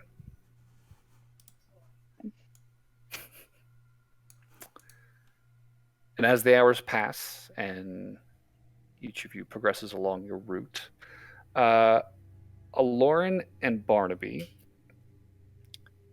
you guys are sticking to the coast. No navigation checks needed. You're literally walking in one of two directions that pathfinding will take you. It's just a matter of continuing onward. However, Burberry, Noel, and John, I will need each of you to make survival checks, each group to make a survival check. Can I give John advantage? Maintain your heading. Yeah. Okay, I will give you advantage. You do have compasses and such on hand, so you're not in terrible shape. It is a survival check, right? Yes. So that would be 23. 23 from John. Okay. A non-natural 20. Hey. Okay. Determinedly doing your damnedest to keep your heading. Burberry, you're like stopping every time you see like a decent vantage point, like step out onto like a rocky sort of protrusion, looking out over the trees ahead of you. The fog is growing thick, but you're sort of like picking out landmarks as you go, like a particularly gnarly tree or one exceptionally jagged, glossy rock here. Just sort of weaving your way between them, keeping them all relatively in the same sort of direction as you initially started walking, staying steady in your course. Noel and John being pretty practiced in the wilderness himself, doing a very solid job keeping his orientation true. Over the course of the next several hours, you walk and walk. A branch snaps behind you. Your heads whip around. There's nothing there. Noel, you're just waiting to see that face again. But hours pass, and all is quiet. Can I get another D20 roll from someone as we enter the afternoon? I'll do this one. It's the best roll I've had all night. 18. 18.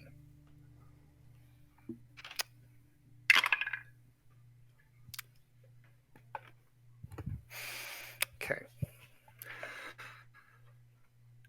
As the hours tick down,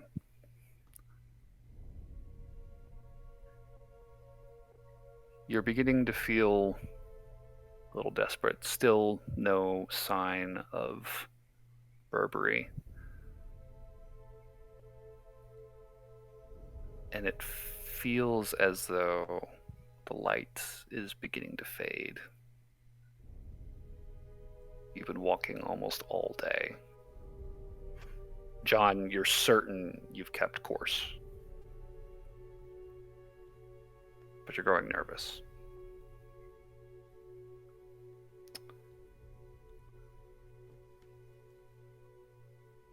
Until something catches your eye up ahead through the trees.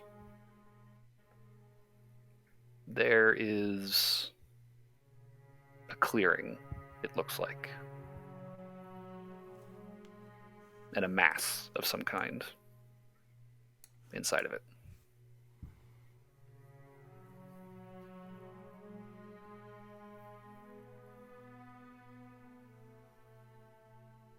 How do you want to proceed? When you say mass, what do you mean? there is a shape, a very large, I'll say angular, but not like natural looking shape. I'll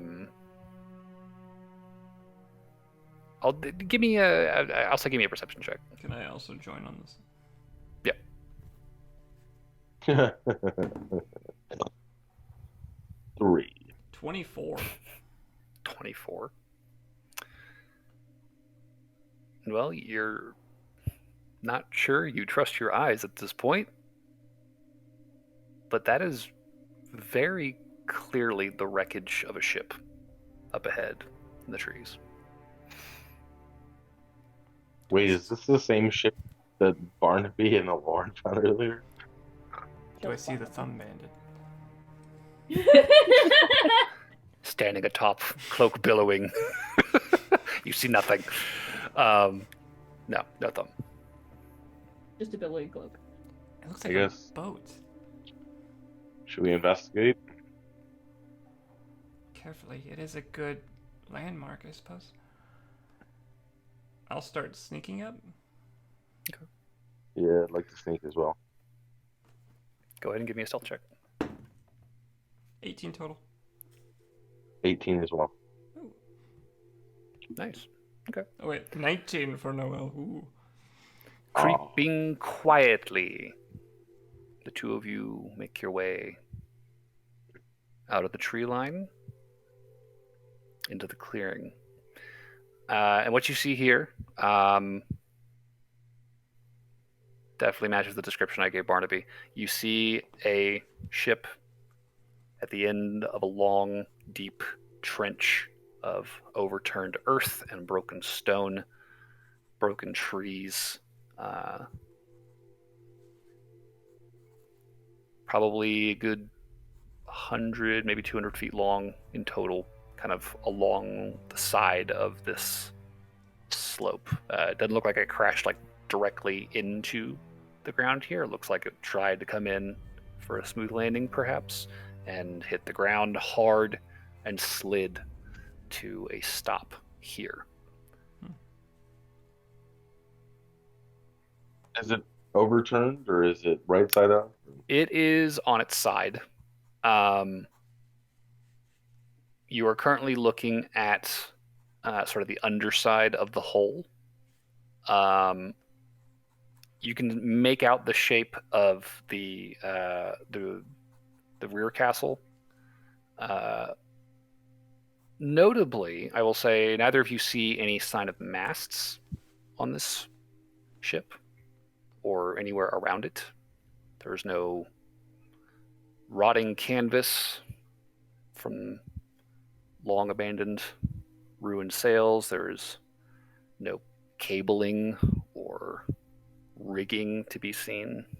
Is there like stumps of masts, or is it like there were never any masts? You would need to circle the ship and inspect the main deck. Also, if we got onto it, would we have a better vantage point, or is it kind of like in a valley or something? It's like tilted, right? Like on its side. Yeah. Like it hit the ground and slid, twisted. So you're kind of looking at the keel and like the underside of the hull right now. It's tilted. It's tilted. I'm more away just from saying, you. like, we're in a forest. Yeah. If we got on it, we'd be able to see above the tree line. Oh, if you got up that high, maybe not like above it. You'd be level with the trees. Okay. It's definitely a better vantage point. Yeah. It's not a commanding Noelle got view. on my shoulders while I was on top of it. Well, Then she'd be like just barely above the tree line. let's one step at a time. Sure. Yeah. Okay.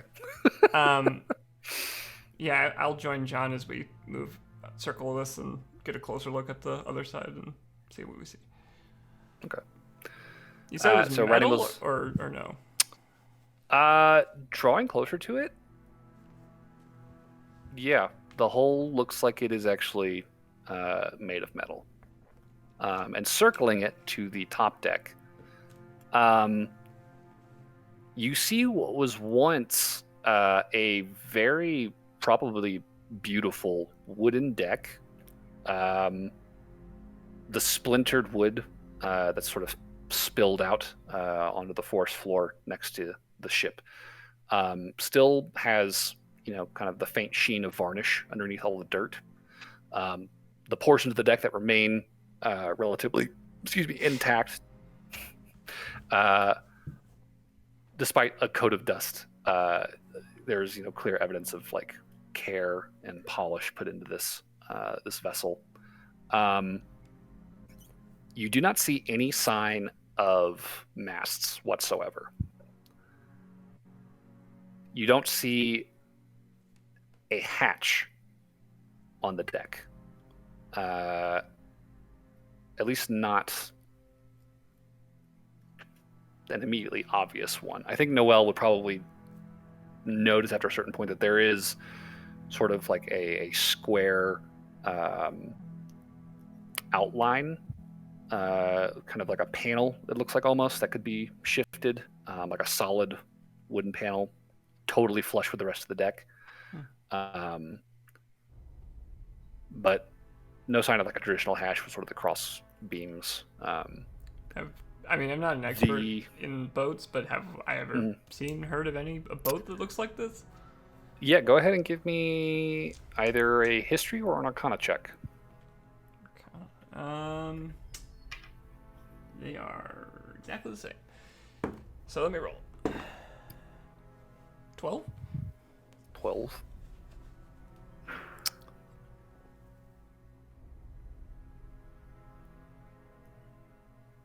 Let me simplify my question too. Is this a weird boat? It's a very weird boat, yeah. Two other things that you'll notice, I guess, to round out this description. The rear castle of the ship is very prominent and raised up. It's much taller than a typical ship's rear castle. There is no wheel on the helm deck where you would expect there to be, but there is, it looks like, a very large glass panel that has been severely broken by the impact of the crash, presumably. That is sort of wrapping around sort of the upper level of this enclosed rear castle area. And there's a door, heavy metal door that opens up into that structure, standing ajar. It's bent completely out of its frame. The other thing that you'll notice at the prow of the ship, very, very front of the ship, there is a large,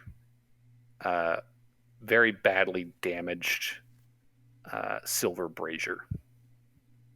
This big dish.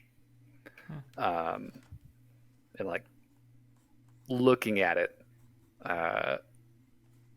definitely looks like there are like fire discolorations, flame discolorations on the metal. With a 12, this is definitely not a sailing ship. And if you had to guess, because this is not an area of expertise for you, the only other ship that comes to mind would be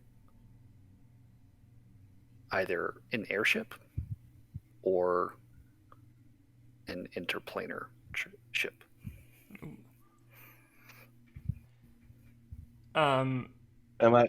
Sorry, one little bit of clarification.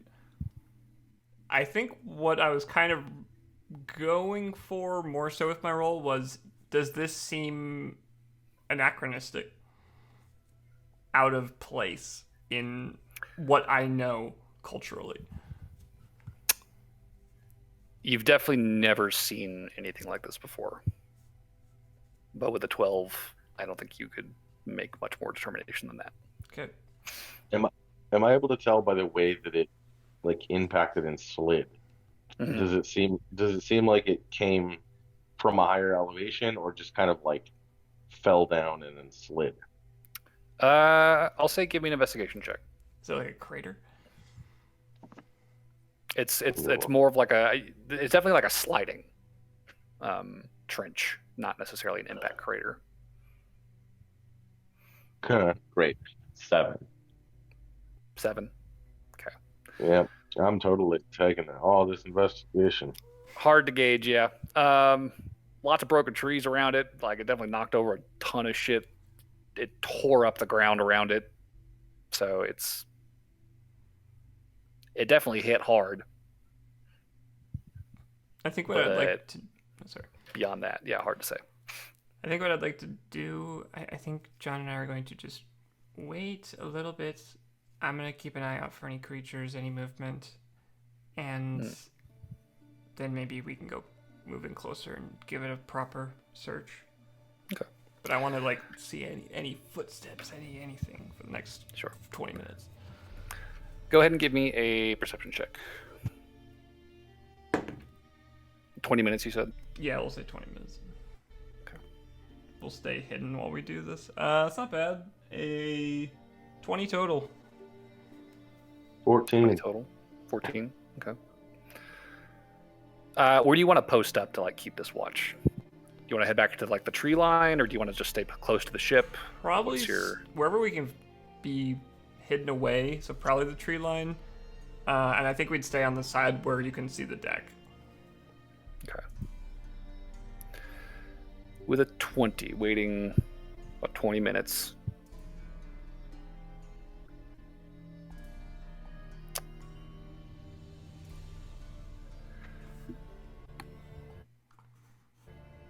Yeah, it's probably going to be kind of hard to avoid metagaming this Burberry, but if you were to see, as you were coming down the slope, a large opening in the forest, and as you drew closer, realized perhaps it was a crashed ship, how would Burberry react? Well, I'll be real. I don't even know if I would have gotten there, because after about, I'd say, about how close I think I would have gotten to Noelle, I would have cast Locate Object on her necklace again. So I would have been beelining for her. I would probably completely ignore any other landmarks, because fuck that. What if I told you that your Locate Object spell was pulling you towards the ship? Then I would go towards the ship.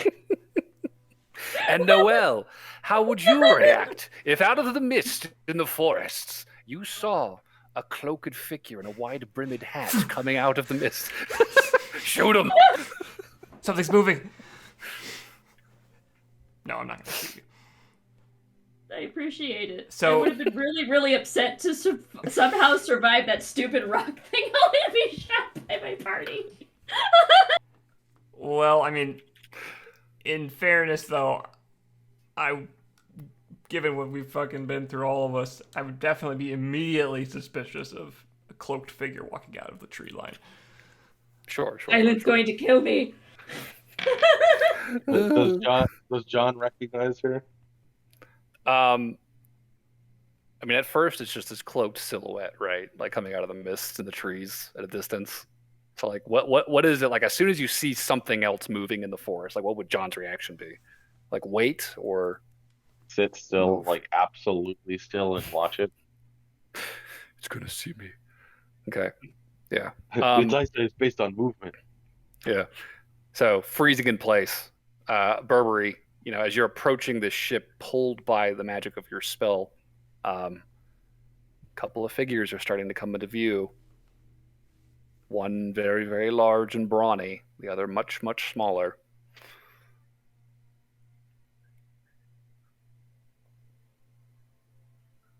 A few steps more, details are starting to become visible. All right, if either of you have a super toothy smile, I'm immediately turning around. Is that really you, Burberry? I my perfect dental.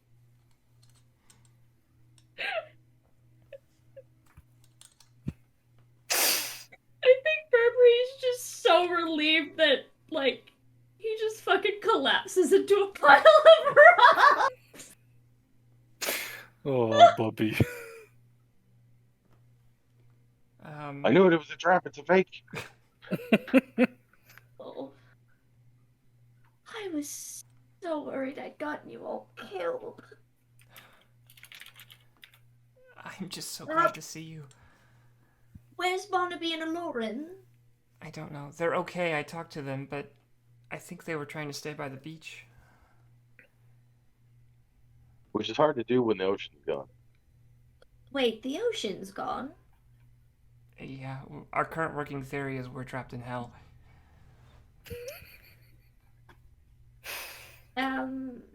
Okay. So wait, backtracking. Out of character. I saw an ocean, right? You saw the very distant horizon. Very minimal detail. Very poor visibility through all the fog. All right. So just to clarify, we are talking about the very large body of water. Like within the last 2 days, you didn't meet some broad named Ocean, and then you've lost her, right? No, we're talking about the water that we sailed on as a kid here is gone. Although we did lose our shipmates. That's true as well. I didn't lose mine. I set them somewhere safe and then left. Oh. It was intentional. But now that I'm here, I'm pretty sure I just left my shipmates in hell. All right. So I'm just gonna put a pin in. I can't believe I'm saying this. I'm going to put a pin in the missing ocean. And I'm much more interested in the ship.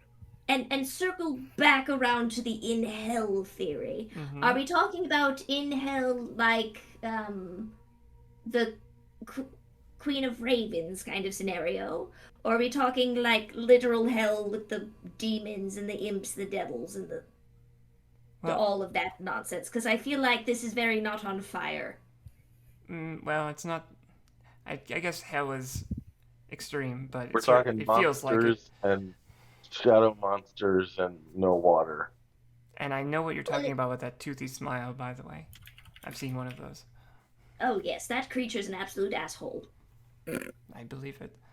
I mean, you talk with it for like a full hour, and then suddenly it turns around and bites you in the back. It's rude. As far as the theory, though, I think it's more so predicated on the fact that this fog everywhere, everything is different, the ocean is gone, and it feels like we just wandered into another reality entirely. I mean, I guess that there is some merit to that theory. Can I a check of some kind? Voices in the sky. I mean, you can roll whatever, but like, what do you want to try and? What do you want? What do you want down there? Oh, sorry, Paletis. I didn't mean to be rude.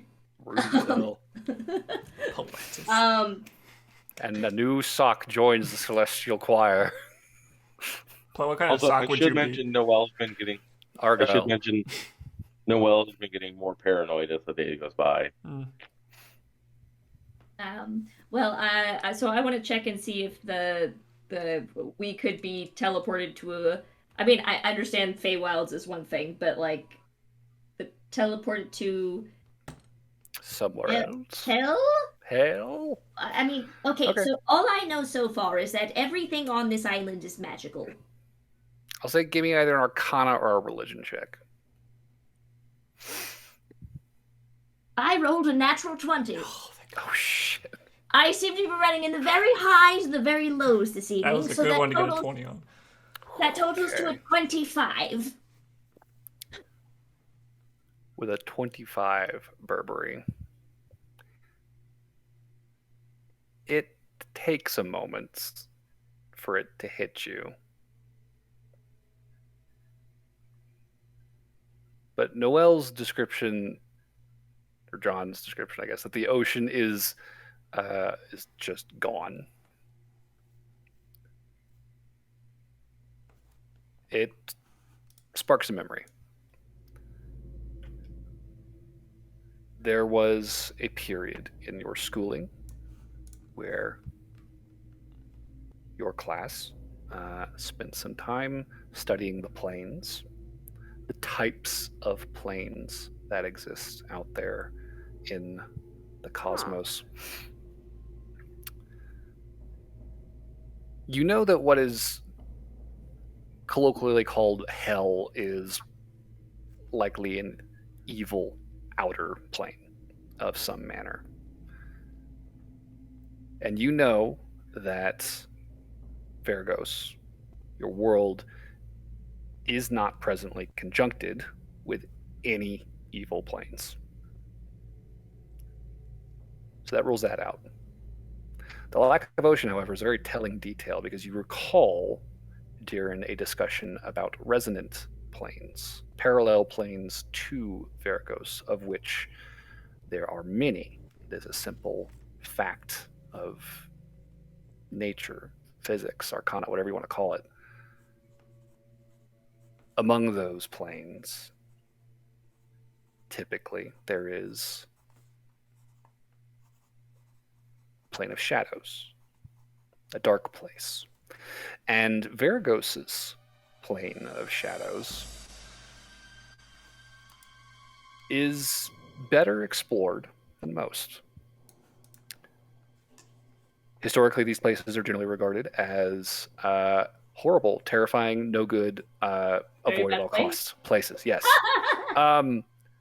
However, at Vergos's founding, under Illyria, the First Kingdom, there were a number of people in that initial band of settlers who had ties to Shadow Realms and who sought access to Vergos's plane of shadows very shortly after settling. You know that there are communities of people who live there. You know that they have lived there pretty much since Vergos was settled. And by all reports, the ocean on the plane of shadows is exceedingly dry. It's there, but it is very, very, very low.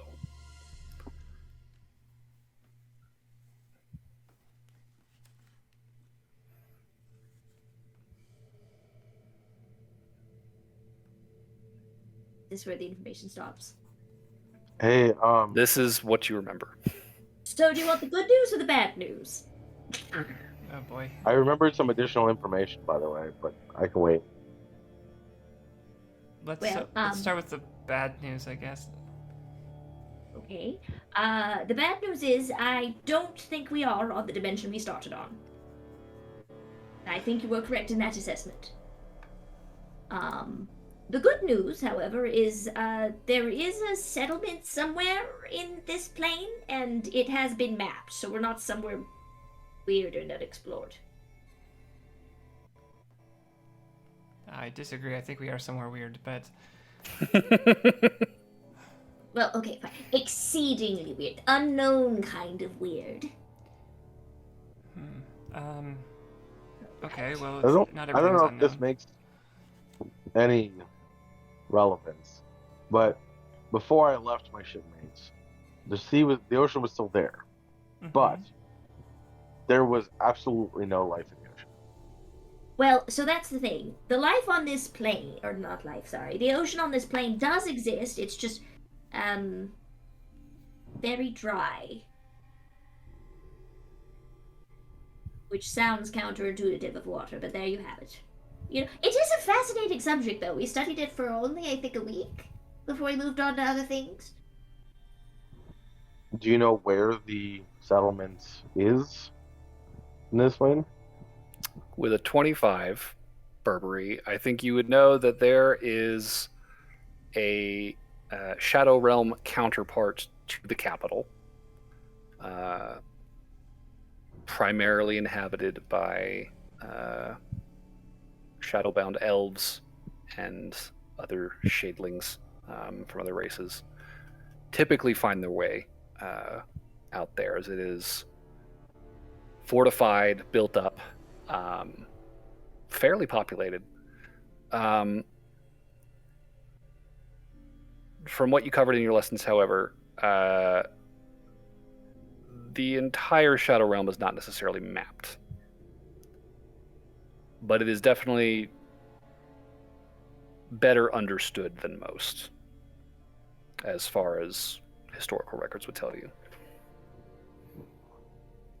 I did see a structure on one of the mountains. To clarify, DM question. So, a capital. Burberry knows there's a capital here on this island, or just knows that somewhere on In this the plane. shadow In the world, plane. okay, there exists life and civilization. Yeah, so the capital would be the old capital of Illyria, the heart of civilization on Vergos, which is well west of here. Right. Opposite coast of Lythor. You seem I portray this information as best as I can and add. I'm sorry, it wasn't. It was all in text. I didn't really have any actual maps. Oh, that's okay. I don't think we necessarily want to go to this capital, but do you know how to get out, to get back? Is that something you've learned? We got here somehow. Well, With a 25, I guess. Planar travel is typically undertaken with a vessel. And as Burberry says this, you will probably glance over at the strange mastless ship next to you. Typically undertaken with a vessel, or with the aid of powerful magic, more powerful than either of you have access to at the moment. but something has access to it, and The I'm other very, very alternative, bad at him. the other alternative is some form of portal or gateway, either an artificial one or a naturally occurring one that is in place just because the boundary between the planes in that particular place is especially thin, like the one you more or less passed through, reaching the gatekeeper's garden back on Feral. Mm-hmm. If you could find a spot like that somewhere here, conceivably, that could provide a way out.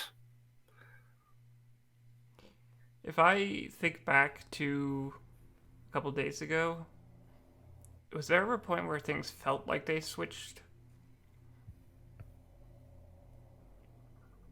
Or was Also I give me a history asleep when check that at some happened? point. Advantage, because I will assist. Not on the memory, but if you have any questions regarding the memory, or you made a shift like insert words here. I think I've actually traveled farther than Noel, so have I experienced that? I think we probably could both roll it, honestly. Yeah, you could both roll. What is it again? A history check? Yeah. That's pretty good. 17 total? 17. Okay. I got a 19. Yeah. John, for the first leg of your journey, as far as you could tell, you were still swimming in the same ocean, right? It hadn't disappeared on you. You saw the creature attacking Noelle and her rescued crew, attacked, fled. You and Noelle followed one of her rescued crewmates into the forest before sort of ducking away, trying to find cover from that creature chasing you. It was that ruin. You discovered that weird rocky egg. The egg. Fought off those shadowy beings that emerged from the forest around you. You recall, you're not sure the exact moment, but there was definitely a point where I think you probably noted to yourself, like, damn, it's getting foggy. And thinking back, it was also darker at that point. Color in the forest had faded. The trees started going bare. The whole place started to feel a lot more morose and oppressive. It happened at some point after you stepped into the forests. Means there has to be more than one. Because I'm here. And I did not take the same route you did. Unless the route you took somehow ended up underwater and in a cave. Wait, does sending work between planes? It does, but there's a chance It it can. can fail. We didn't see any portal, though. I don't even know what we'd look for.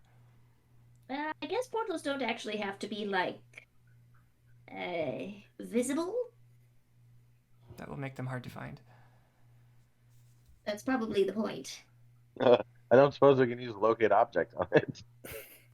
It has to be something that I'm familiar with, or Noelle is familiar with, and I don't know if we're familiar with it.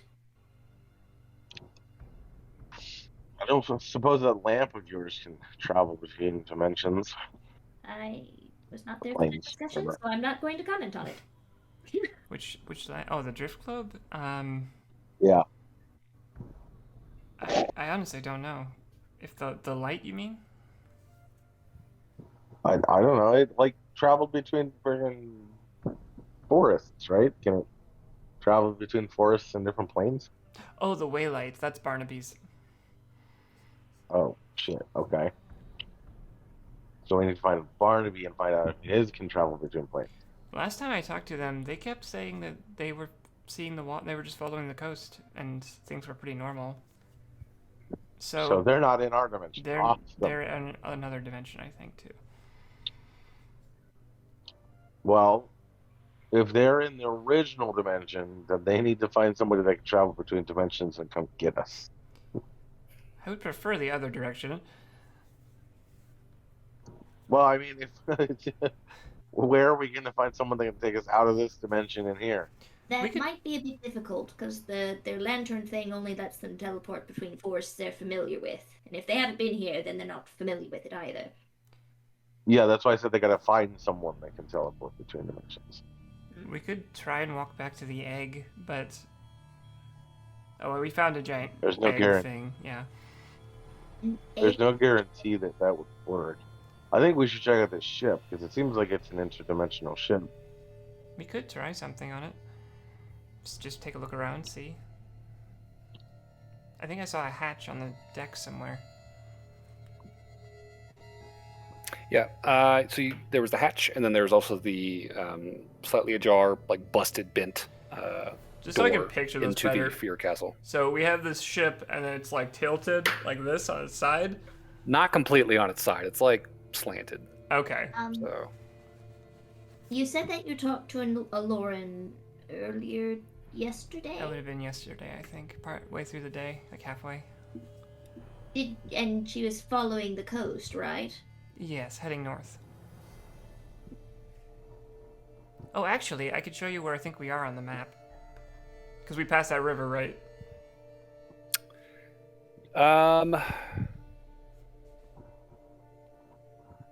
You did pass a river, yeah. The water was funky, but you did pass a river. Okay, I will quick roll the map out on the ground and show Burberry. I think we're right around this southwest corner of Montauban, a little bit north of the river there. So the distance you've covered in the past day and a half, almost 2 days now, you are a good ways further north than that. So if I had my compass checking it through the days, will we be heading straight north or around this curve thingy? So the second northernmost river. Oh, wow. On that coast. You are probably in like the foothills on the north side of that river. Second northernmost, going from... Or no, from third, north? excuse me. Okay, I was going to say. Third, excuse me. Okay, so that gives me... Okay, so I've been like heading straight north, middle basically, as we walk. Middle of the island. Gotcha. Okay, well, I point that out. We have made progress. Oh, I see. Okay. All right, this makes sense. I think going back to the egg, though, is probably not our best bet. That is a good ways further south from... That was like... Yeah, that was days ago. Was it the egg of an animal? No, somehow? I keep calling it the egg, but it was just a hollow rock that caved in.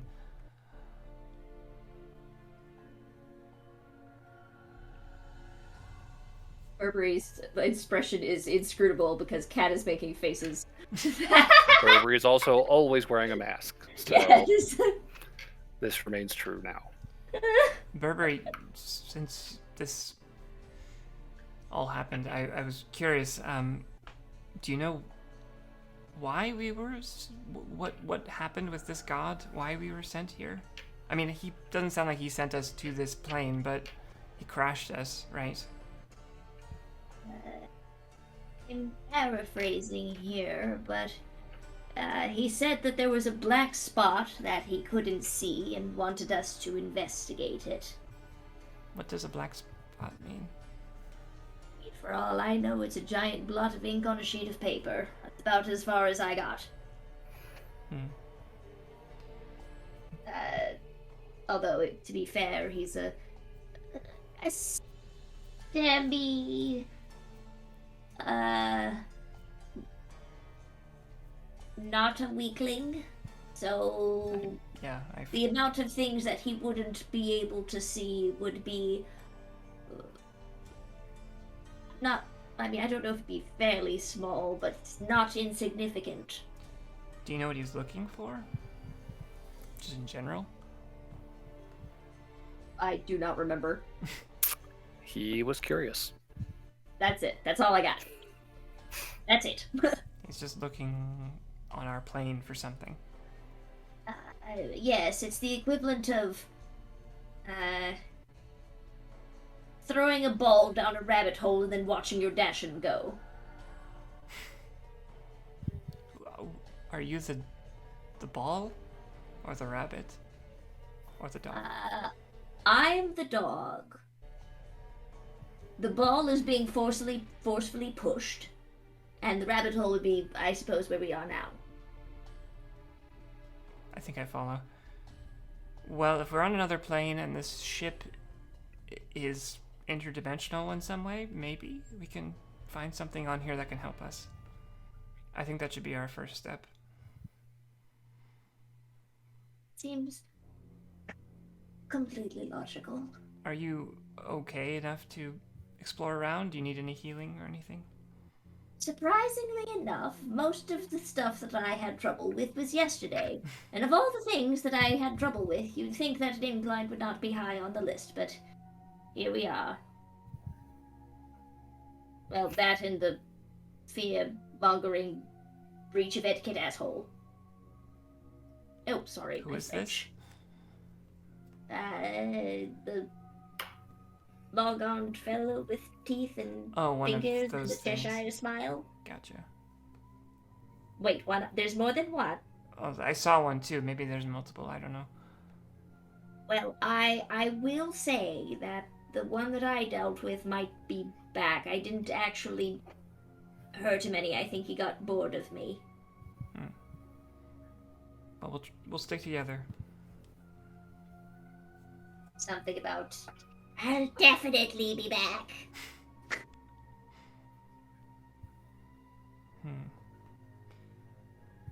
It's like that Instigator book. Okay.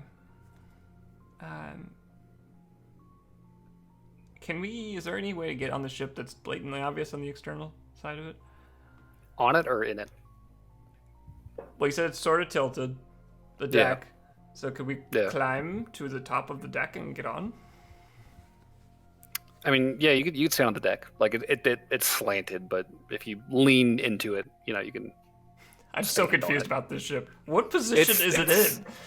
Okay, the hole. It's like the hole is like that, right? It's Yeah, like tilted. okay. So the deck, right, is slanted. And So it's in the ground, like embedded? It's not, no. It's the whole ship is resting above ground. Okay. How high up is the deck that we can see from us? The highest point of the deck would probably be about.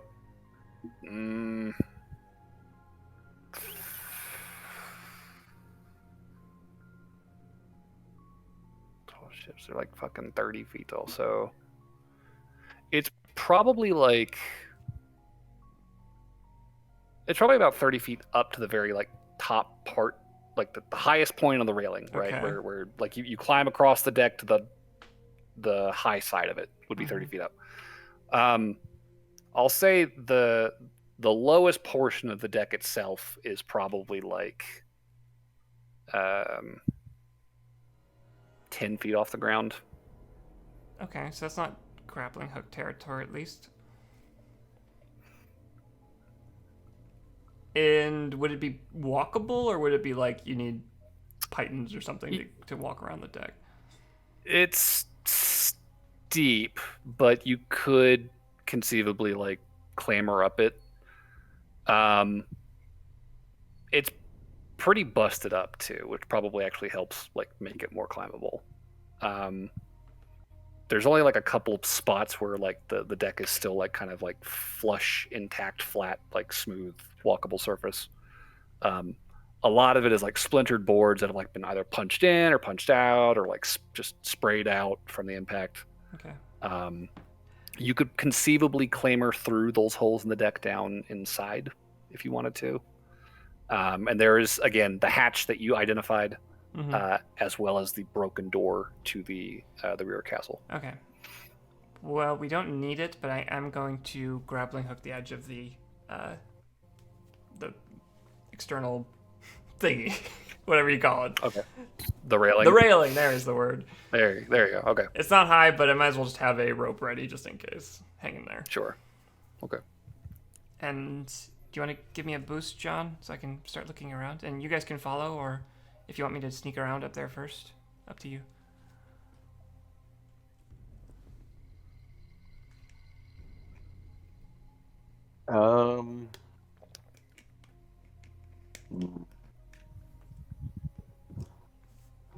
I'm not sure that's actually.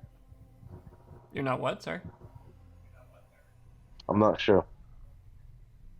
Well, we've been watching this place for like 20 minutes, and we haven't heard a thing. I haven't seen any creatures around in a while. I guess you just go for it. Okay. I think if you want to join us, Burberry, I think we should all go investigate the deck then. I would much rather stick with you guys than end up alone again. I would give you a hug, but I don't know if you would appreciate that. The thought is greatly appreciated. I just do an air hug. Yes. Okay. For some reason, John just now remembers again that he lost his blade. And he's mad. He lost his glaive, yeah. That sucks. Sucks. Maybe there's a In cool another glaive on the dimension. ship. Oh wait, Great. so weird question. If I gave him a spiritual weapon that was shaped like a glaive, what the dim? It would still be spiritual weapon damage. What's spiritual weapon damage? I think it's a D10. That's better than. D8 Oh, D8. That's the, plus I was gonna say. plus my wisdom. So my damage for the glaive is a D10 plus 4.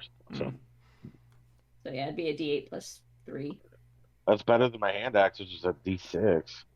Well, it would also have the disadvantage of if you're wielding it, it means it can't act on its own. True. Action economy. Yeah. So, clambering onto the deck of the ship, not a huge ordeal. It's 10 feet up, easy enough. Kind of bracing yourself against that railing. Where do you guys want to go with this? Well, What's your the plan captain here? thing sounds intriguing first, and it's pretty Yeah. accessible. It sounds like. Yeah. Definitely. So there is a very like heavy metal door with a big like wheel on the inside of it. The door has like buckled, so it's like bent outward in its frame. You can see that wheel. So it locks from the inside. It is still partially jammed into that door frame, however. So you Can can I try pry squeezing it? through it, or you could try and like pry it open fully. Can I pry it open? This sounds like a strength thing. Yeah, go for it. Does it look like a giant Is it- monkey's been stamping around on the deck of this ship at any time? Would this be a straight strength or athletics? We'll say strength. No monkeys. Okay. I did like the actual pause for thought. Thank you for that. I was trying to figure out what you were referring to, and I was like, wait, It'll be, yeah. It'll be a 21. 21. Damn. Yeah. John just gives this thing an almighty heave, and with this horrible screeching, it fucking pulls free of the frame. Horribly like corroded hinges. This thing like just barely like turns as you pull it away, but it opens up, and you are able to step inside. What you see is a stairwell. There are stairs leading up to presumably that enclosed chamber where the glass enclosure was broken in, and there are stairs leading down, you would assume, into the belly of the ship. I'll turn on the normal mode of my drift globe and have it follow, and I'm going to go up first. Okay. So there is another door. Is it locked? I'll try it. I will try the handle. You explode. No, it is locked. Is it locked from the inside or the outside? It looks as though it locks from the inside. There does not seem to be any locking mechanism on this side of the door. No way to get it in. You said the external glass was broken, though? Yeah. Would there be a way to climb around the outside? Well, no, we'd have to go back down. I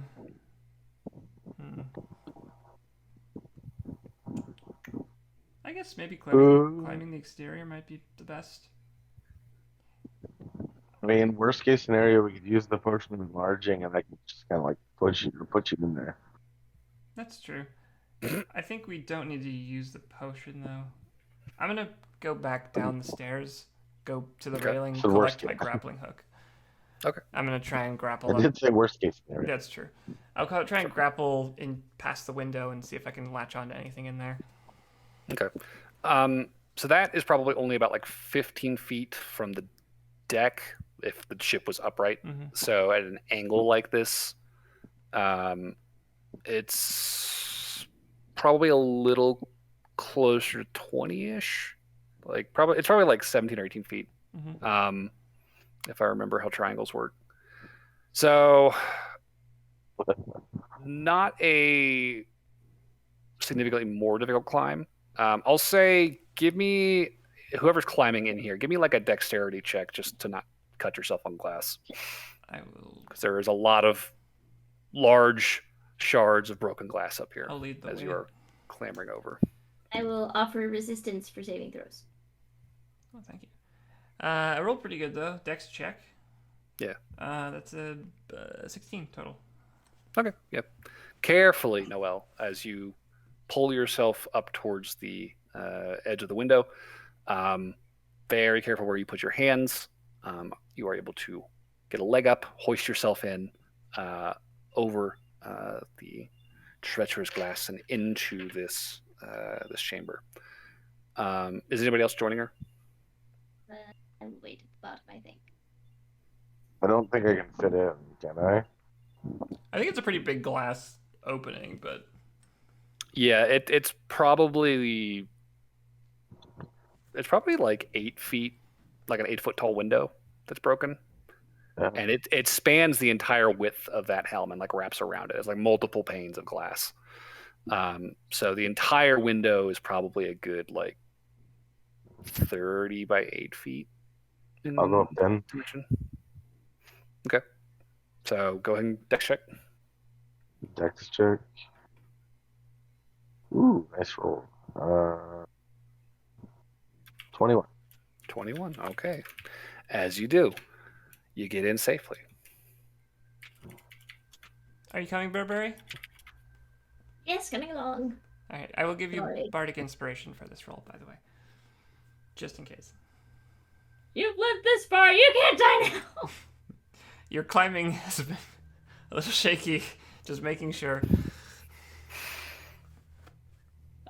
12. 12. Okay. Yep. Again, there's a moment where your grip kind of like gives a little bit, and you almost like slide in the glass, but you clench and hold yourself in place. Just very carefully pull yourself up and into the chamber with the other two. So in here, you can see there is a stairwell leading down to that door. There is a lock similar to the one on the inside of that other door that John wrenched open. If you'd like to unlock it, you're welcome to try. In this chamber itself, there is a fairly empty room here. The only things that really catch your eye, there is a wheel on a podium in front of that window. Just in front of that wheel, there is a chair. Looks like it was probably pretty ornate at one point, but like the top of the seat in the back has like snapped, probably from the impact of the crash, and is now like just kind of clattered into pieces in like the lowest corner of the room. But otherwise, fairly nice, like deep dark wood stain, and this now faded, but probably once very like plush, like vivid blue velvet. And sitting in the chair, leaned over the wheel, body horribly contorted, there was a corpse, clad in a full suit of armor, the same vivid blue as the velvet in the chair.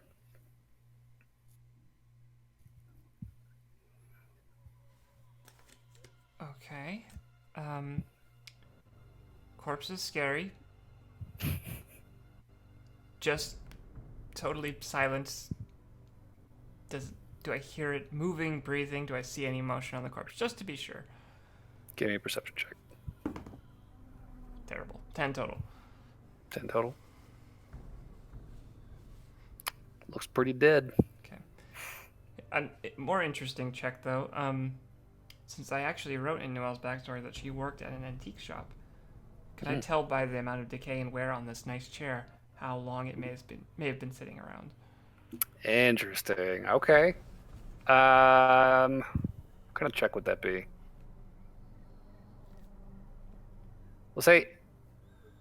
I'll just say intelligence proficiency, since that's a good backstory. That's a pretty good roll. Well, intelligence is +0, but proficiency +3, so 18. 18.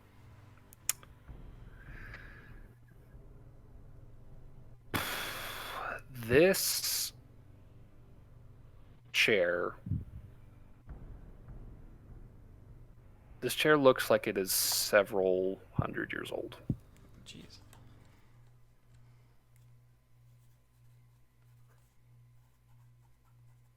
So in Vergo's time, that would be a few hundred years.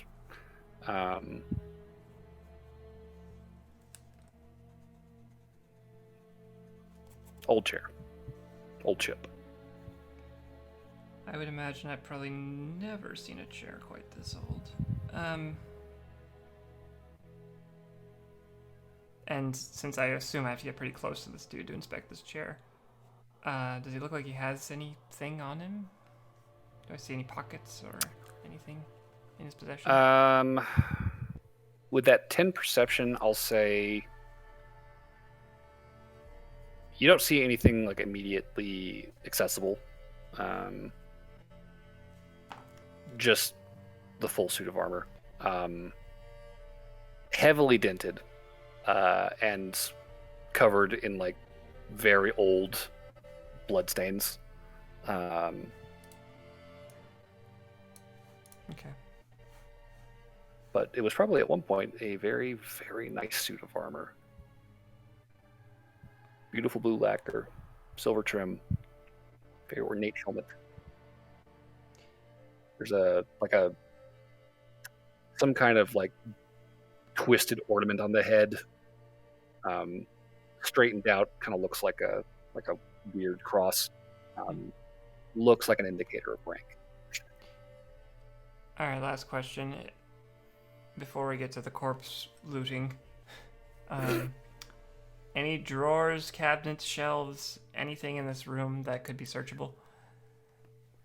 Aside from the wheel, the chair, and the corpse, this room is pretty empty. Okay. There are no other fixtures in here. John, do you think you could help me lay this guy down?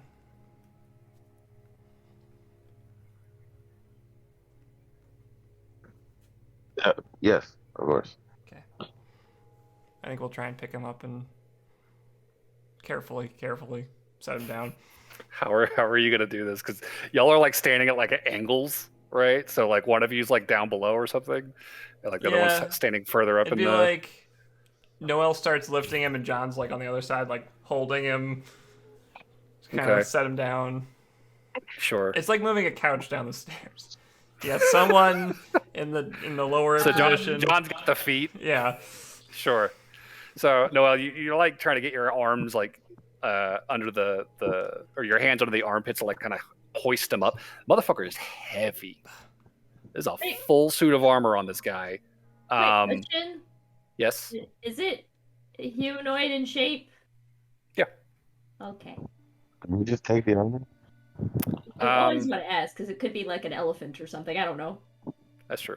No, this one's humanoid. It's probably like 6 feet tall. Pretty average build, as far as you can tell. Shifting him, like you can hear the bones like rattling inside the armor. But even so, like the armor itself is still like pretty hefty. You know, while you're kind of like having to like kind of shift and move underneath this thing. As you finally get a grip on it,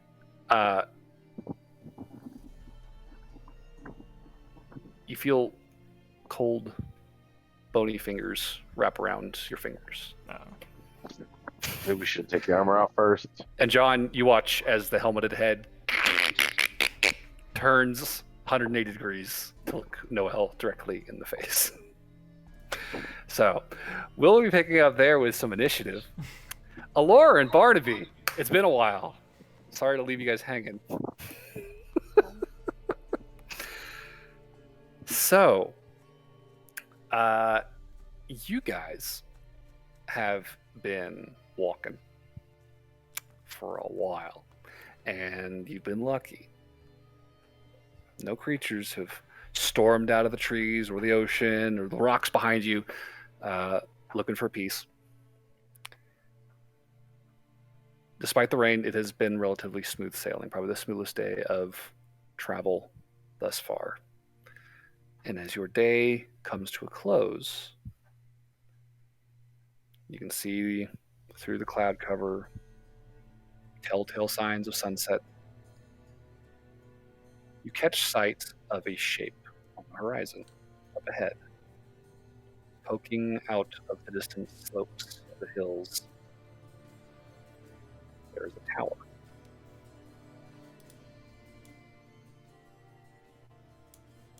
How far away is the tower? At the point you catch sight of it, it is probably 3 or 4 miles away.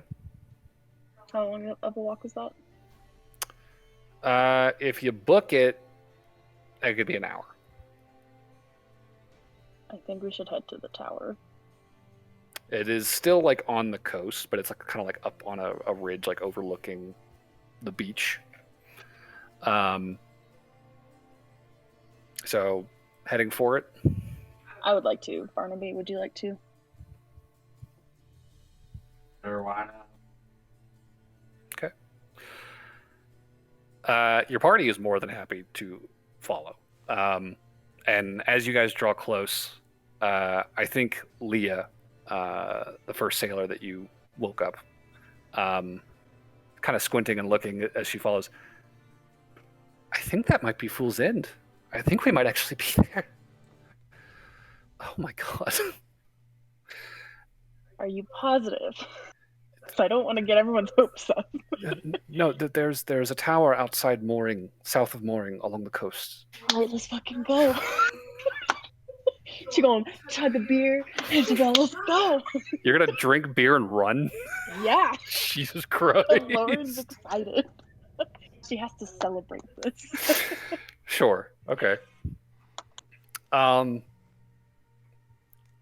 won't lie to you. It feels pretty terrible running with beer in your belly.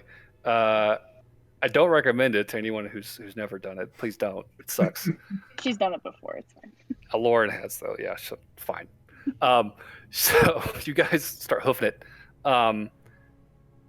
Over the course of this hour, you do watch as a fire is actually lit at the top of this tower. Very, very similar to like a lighthouse sort of situation. Pretty sizable signal fire. And as you draw close, you're within a few hundred feet of it at this point, right? At least of like the base of the hill. You catch sight of the silhouette of a figure backlit by this flame, kind of leaning over the top of the tower, looking down at the beach. I'm gonna shoot flames and be like, over here. Help me. Help us for the love of God. Sure.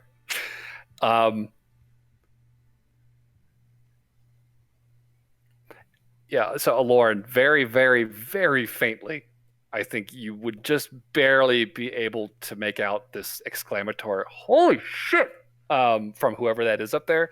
Yeah. Oh my God. I'm gonna go to Leia and I'm gonna hug her. I'll be like, we're there!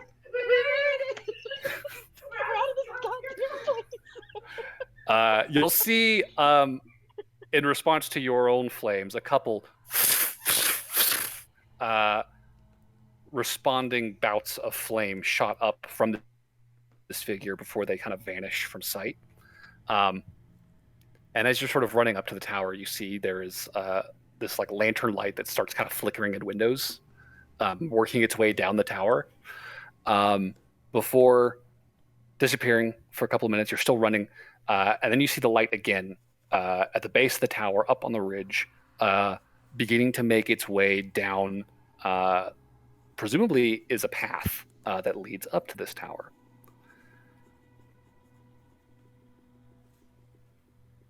As you run, there is a scream from the rear of your group. And you turn to see the Dragonborn pointing at the tree line not too far from you, where there is a very large shape very rapidly barreling out onto the sand next to you. I'm going to cast Initiative. Initiative.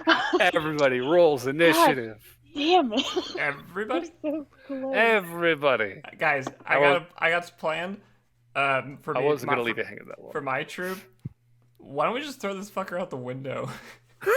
John's already got his feet. Just huck him. Throw him out. He'll fall like 30 feet. I'm in agreement.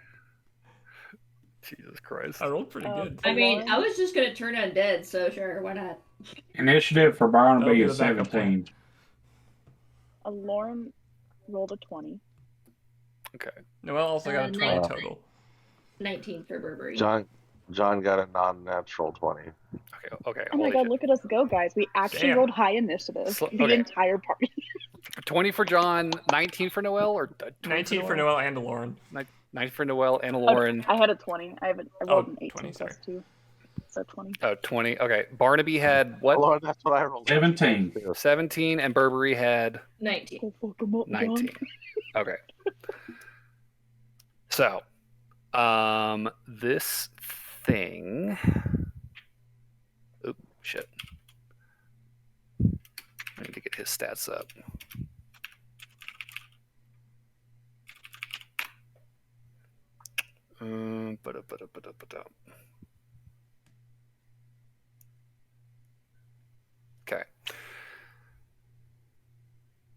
this thing needs to roll, and then your gross bitey needs to roll.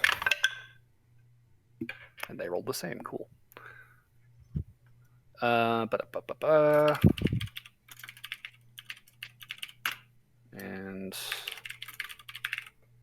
that's gonna be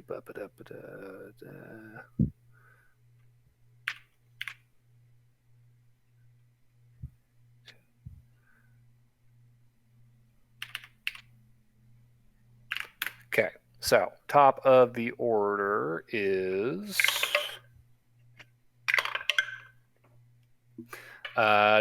John and Lauren. So who has the higher dex of the two of you? My dex is +2. So is mine. Okay, what's your scores? 15. 14. Okay, so John will go first. Okay, so John, you are holding the feet of a suddenly animated suit of armor, holding a dead man. I'd like to shove him out the window. We're pretty high up. Okay. I'll say give me an athletics check then. Okay. And he will need to make a couple one. Uh-oh. That sounds like good laughing. Tell me it's a Natural 20 plus Tell me it's a 7. one. Fuck you. Okay, so John's like, whoop! Just fucking yeets this motherfucker out the window. The head immediately turns like, nope.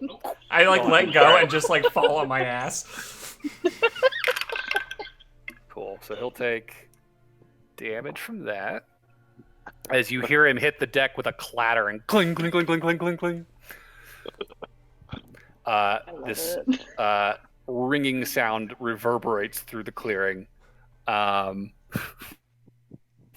So fucking dumb. And we didn't Alright, well, even end of the encounter, unlock cool. the door up here. So he can't even get back to us. That's true. So that's John's turn. Yeah, you want to do anything else? No, I'm good. Cool. All right. Aloran, your turn. I'm going to summon Call Lightning, Ooh. Okay, cool. and I am going to fry this bitch. I want to go to a tavern and drink a lot, more than I have been. Okay. So I guess I need to make a dex save then. Wouldn't that be difficult? Because you literally tried to stick your entire head inside a barrel of beer. Fair. But still not enough. Not enough to, like, get rid of this experience. All right. On Murder Island. So yeah, I need to make a dex save, and then you get to do damage. Oh shit, maybe you don't. Does a 18 pass? How do I tell? It's in your spell. Is that my It's your like, spell save DC. Probably. spell save DC is a 14. Okay, so he will succeed. He will take half damage from Call Lightning.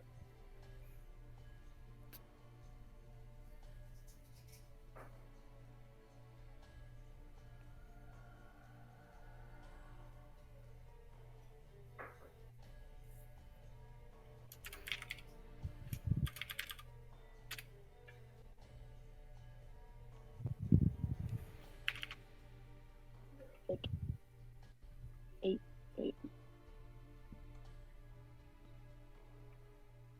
Yeah, 8 damage. 8 damage. Okay. And then So- as my bonus action, I will turn into a bear, and I'm going to charge this bitch back. Okay.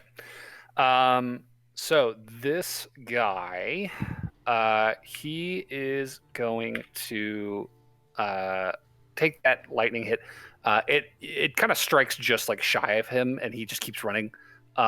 What you see as you're approaching this creature and it breaks free of the tree line, it's roughly humanoid, but like the proportions are like way, way, way off.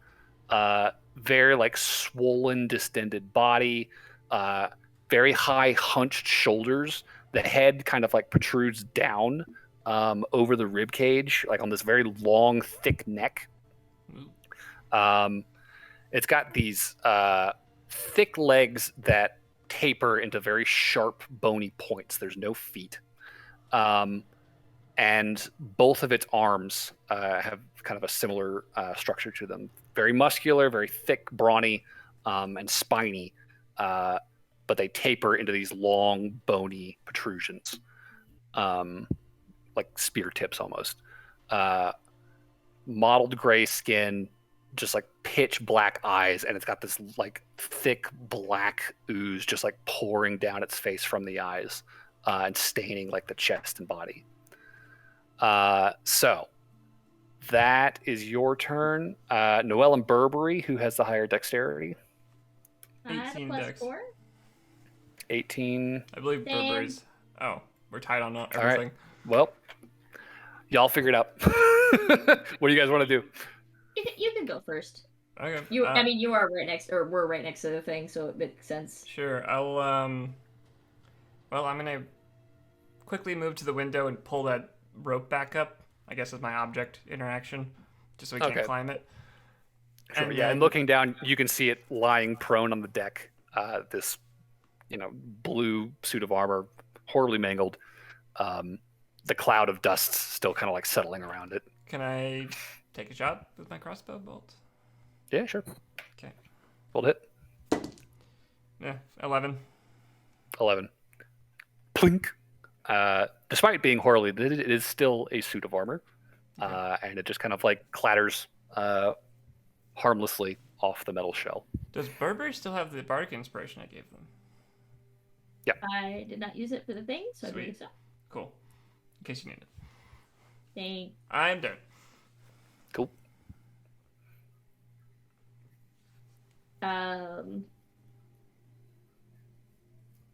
Is it? Well, it seems redundant to ask. Is it dead? Looking down, you see the suit of armor struggling to get to its feet. From inside the helmet, there is this rasping, echoey sound rattling around in there. I don't like that. Yes. You did not learn to adapt to your environment very well if you crashed this ship, so I'm going to use that to turn undead. Okay. So he needs to make a saving throw? Yeah, wisdom.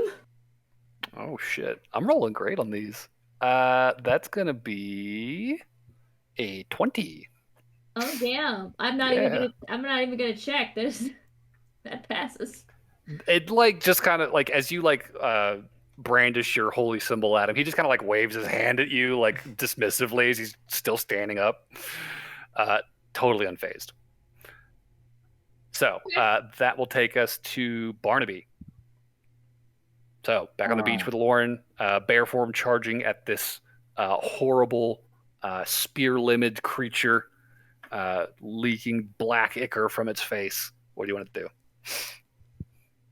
Do what I always do when there's enemies about. I use a gun. Fair enough. So I will shoot at it. About how far out is it, I should ask, from me?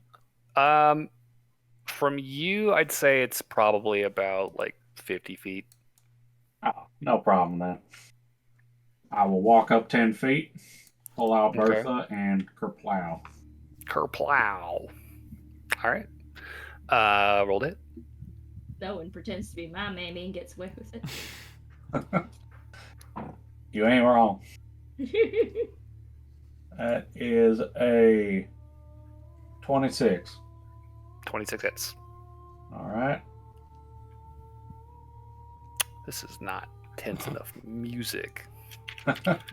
Is a little calm. Stop it. I want combat. So that is a 13 for damage, and I will take my extra attack as well on it. Okay, 13. Yep. Go ahead and make your next attack. That one's a little lower. That's a 15 to hit. 15 will not hit, unfortunately.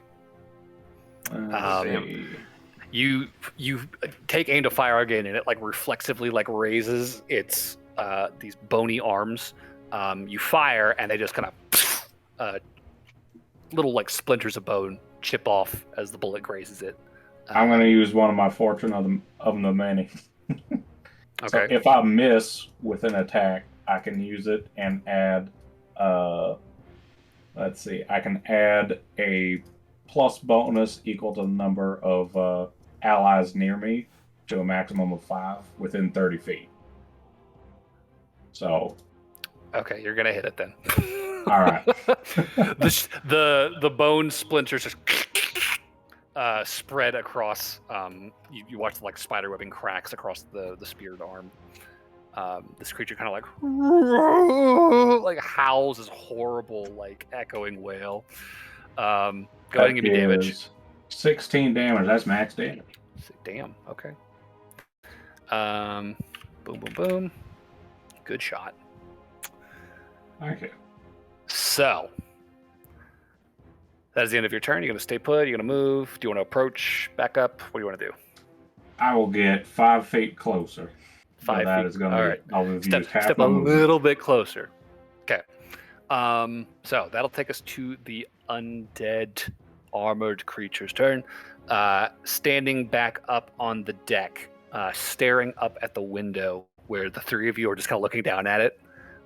It gives this like ghastly like hissing from inside the helmet, and a few moments later you hear a response from the belly of the ship. More hissing, growling voices, and you watch as several armored limbs start poking out of the broken holes in the deck, and more of these creatures begin pulling themselves upward towards the surface of the ship. But that is all they're going to accomplish this turn. The creature attacking Alorn and Barnaby. So, Alorn, you ran out towards this creature. Yes. It was within, let's see, it was like 50 feet from Barnaby, so you ran out as a bear would be 40, so it's probably 10 feet away from you. It is going to take a wide swing around you and keep running towards Barnaby and the group of sailors. He knows not to fuck with me. It's going towards the largest group of people. And I don't get an opportunity attack as it runs. It is keeping wide of you. He is avoiding that. So he's only going to get, let's see, he has to go around. That's like 10 feet. So he'll be 20 feet back from you, behind you, and probably about like 25 feet from Barnaby. However, this thing, as soon as it, makes its movement, is going to reel back and thrust an arm, and you watch as this long, bony spear stretches out on this rubbery limb all the way across the stand towards Barnaby.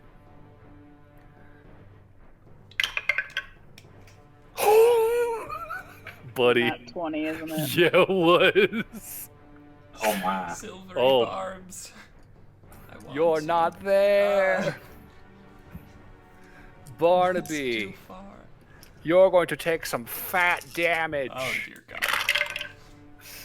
God. That's gonna be 10, 20, 29, God. 33.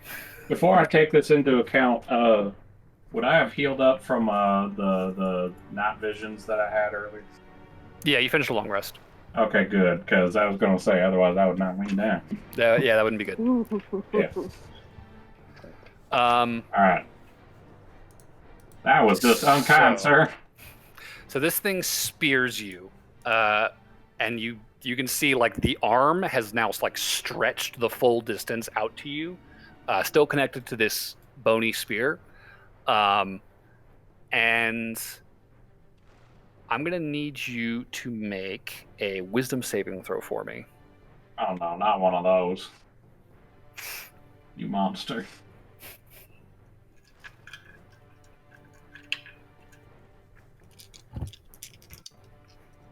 Six minus 1, 5.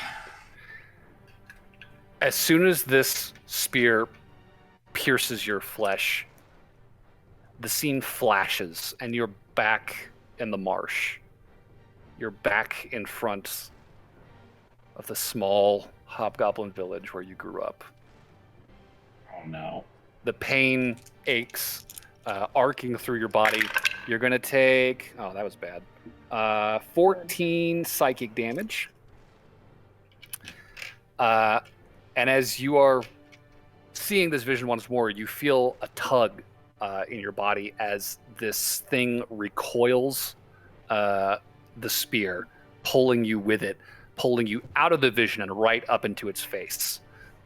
You are now like inches from this thing, staring into these deep black voids, leaking this dark ichor down its face. So that is going to be its turn. Bottom of the order. From behind you, Barnaby and Aloran, and the rest of the group, you hear voices calling out to you, and you can see a lamplight bobbing its way rapidly towards you guys. And you can hear one of the voices very frantically, like, holy shit, it's one of them! It's one of them! Oh my god, it's got them! And another voice, like, call yourself, before these heavy footfalls kind of come into audible range. And you can see these two figures. One of them is a green dragonborn, dressed in kind of a mishmash of clothing, carrying a lute and a short sword in both hands. The other figure, substantially taller, beefier, this large, muscular orc woman carrying a great axe, who is charging ahead. They are dashing to close distance, and we'll be able to assist you guys next round. Top of the order, John, what do you want to do as you watch the undead rising from the depths of this ship, clawing their way to the surface? Can I panic? Yeah, panicking is a free action. All I want to say is, Barnaby, aren't you so glad we did not go to that ship? I'm gonna get somebody with my ship trap. Partially yes, partially no. Can I? Now Barnaby's having a midlife crisis about where the hell he is. Can I take a look around and see if there's any buttons or levers I can push or pull? I mean, even with your passive perception, this cabin is like bereft of fixtures or ornamentation. The only things in here now are the wheel and the chair and the stairwell down to the locked door. What happens if I sit in the chair and grab the wheel? You want to do that? Yeah, sure. Okay. Sitting down, grabbing the wheel. I'll say give me a charisma saving throw. Okay. Charisma. That's a 19. 19. Okay. So you will take 6 damage halved down to 3 as this jolt of magical energy arcs through the wheel into your hands, and you like jerk back immediately, feeling this. Your hands are kind of like tingly, numb a little bit, but like you let go of it quick enough. Say to the other, there's definitely energy kind of there. Yeah. in this. Did anything like light up on? Like, is there anything that happened when he did that we could see? There would have been like a couple like sparks of like this like purplish lightning that kind of like arced off the wheel towards him.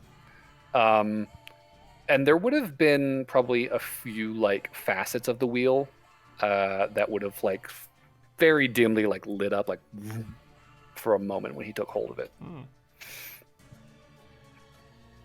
Does this thing still work? And when they get out of the chair, then in case a magic caster wants to try it instead of a non-magic caster. Okay, sure. Then I'm going to stare in panic at the skeletons down below. Okay, cool. Yeah. The skeletons are just clawing their way through the deck. How many are there? You can see.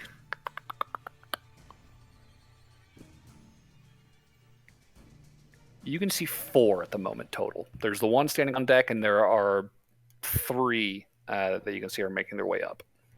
Up? Oh, like they're crashing through the ship. Got it. Or through the well, floor. yeah, because the deck is like broken in pieces. Yeah, and gotcha. Splintered and shit. So they're like pushing out of the way, like making openings to unearth themselves. That's the end of my turn, by the way.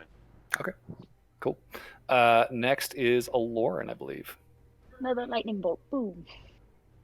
Okay, yeah. Does Call Lightning take a bonus action or an action? It says casting time 1 action, and then Concentration up to 10 minutes. On each of your turns to the spell ends, you can use an action to Call Lightning again. Okay, yeah. So you can Call Lightning or you can attack. Just heads up. I'll do call lightning. Okay. So he needs to make a save. Ooh, that's a nat 1 this time. So go ahead and roll damage. Okay. Nope. Oh, motherfucker. What? Is that a crit? No, you can't crit with saves. I just realized, because it's been raining, Yeah. you technically have control over the entire storm system right now, which gives you an extra d10 of damage. Oh, so can I roll another d10 and half it for that first? Yeah. Okay. So that first one is. Oh wait. Burberry was honest. I'll be honest. That was a 1. 1 extra damage. Yay! You get 1 extra damage. Hooray! So 8 plus 7.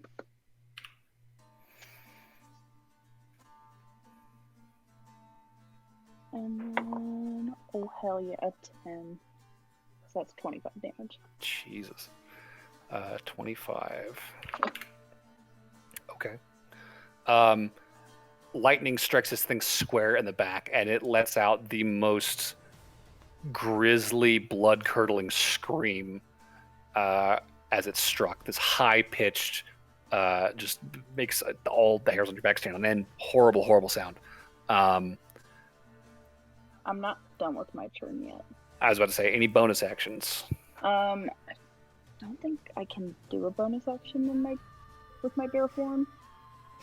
If we're You could, sorry to interrupt. you could- If we're being honest, wouldn't Barnaby have to make that save too? It's 5 feet away, I believe. He just got dragged right next to the creature, didn't he? he is. Oh, On he each of your did? turns, the spell ends. You can use your action to call down lightning in this way, targeting the same point or different. It doesn't have to target a creature. It can target a point. Oh, okay, good. Yeah. So she could be mean and say, "Yeah, no, creature, Barnaby, make the save." But I'm that's up to you. No, I'm not doing that. Okay. Barnaby got destroyed last Yes. I was a little scared. I guess. That was a great time to crit. Could I? I'm gonna like run up in front of this creature and like be right in its face. so I'm like a roadblock in front of this creature. Okay, so That's you my just like plan. run up to it, like nose to nose, like trying Yeah, to I'm like, push Barnaby out of the way. yeah, pretty Yeah. much. I'm like, Barnaby, get behind. It's like, no, you fucking with me now. Yeah, you're fucking with the bear now. All right, cool. So you get face to face with this like weeping, screaming creature. And that's your turn. Noelle, Burberry, what are you guys doing as you watch the undead rise from the depths of the ship? I'm gonna look at Berber and I'm gonna say, if something happens to me, I hope you have some healing magic. And I'm gonna try this. If this ship works, I'm gonna try. Go ahead the and give wheel. me give me a charisma saving throw. Excuse me. What did John fail or succeed? You have resistance. He succeeded. You have resistance. Can I just voluntarily fail? If you want to just like hold on to the Well, wheel John regardless failed. of what Right? happens. He was like. No, he succeeded. He succeeded. He succeeded, but he didn't get control of the ship. Yeah, he pulled his hands back before like the arc of energy like finished So I would running through his body. let that arc of energy finish then, if that's what it needs to do. That's up to you. I'll Do you wanna try that. We've tried succeeding. Let's try failing. Okay. Can I one quick second? Yeah, go for it. It's supposed to be 4d10s because it was already a storm system, and I only rolled 3. So there's one more dice. Fine, Johnny. Roll another dice. God damn. I'm sorry, I greedy Gus. forgot. I forgot. You literally just. It's another 4 damage. All right. 29 total. Okay. Cool. He screams a little louder. Yeah. So, Pete, you want to try and... I'm going to see whatever connection the ship is trying to do. I'm going to see what happens if it does it to me. Okay, cool. So, intentionally failing. Mm-hmm. So you will take 7 psychic damage as arcane energy fires through the wheel, through your arms, like up into your body. Like your whole body is like convulsing, like it's electric shock from this energy. And you watch again as the wheel very faintly at your touch before the lights go dim again. Damn. Okay. I think I will. And you said there's no levers or buttons in this room, huh? Just the wheel. Okay. Then I will. Did the first zombie ever get back to his feet? He is on his feet, and he screamed, and more zombies woke up and started climbing out. Okay. But he is now just like at the base of the window, like reaching up at you. Sure, I'll just take a shot at him. Go back over to the window. Okay. 18 to hit. 18. Mm-hmm. That'll hit. Okay. He takes 6 damage. 6 damage. And that's my turn. Alrighty. Burberry, anything from you? I believe I can try to turn undead again. Okay. And this is every creature that can hear you within 30 feet. So if I can hear them, theoretically they can hear me. Gotcha. Okay. Go ahead. What saving throw is it again? Wisdom? Wisdom. Okay. So each of these guys. You gotta be a 14. Failure. Success. Failure. Success. So, the first one fails. Do any of them have one half challenge rating? Half challenge rating? No. Oh, the one number 5 because of the guy at the base already. 4 total. 4 total. Oh, there's 4 in all. Oh, gotcha. Yes. Well, okay. The ones that are scared or failed are scared of me and can only use the dash action to try and escape me. Okay. So the one who was on his feet and another one that has just like pulled himself up. The one on his feet is going to just start running. He's like, he turns away and starts to like slides off the deck onto the ground, kind of stumbles and hits the dirt, starts running into the forest. The one that is like half crawling out of the deck is going to pause, and then you just watch as the head, shoulders, and the hands all withdraw back into the ship. That'll be a problem for later. The other 2, however, are still hauling themselves up. So, Barnaby,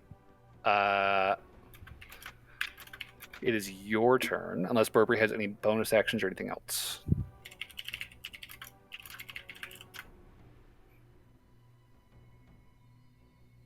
Nothing for Burberry. Okay, cool. Barnaby, what are you doing? Sorry, You have been... I did say I'm good. I'm sorry. Okay, sorry, I didn't hear. So Barnaby, you are currently speared by this creature. You're getting these flashes in your head of home, cutting in and out through the pain. What do you want to do? I don't know what in the heck is going on here. But... I should also specify that you are currently grappled by this creature because it's got its spear arm through you. Really don't know what's going on, and I don't quite understand it all. But I do know what I don't like, and I don't like being speared. Okay. So I'm going to pull out my gun and just kind of point blank. Just working under the chin. Fuck you. Yep. Gotcha. Go ahead and roll to hit. The heck with you. Excuse you, sir. I don't swear. Yeah. That is a 27. 27. Hit. That'll definitely hit. Give me some damage. And that is 14 damage. Oof, big hit. And then I do have extra attack. Somehow I managed to reload this one arm. Kaboom. That is a little bit lower. That's a 16 to hit. 16 will still hit. All right. That is 11 total in damage then. Okay. 11. Gotcha. So 2 furious shots through this thing. More ghastly screeching, wailing, crying sounds out of the creature. Anything else on your turn?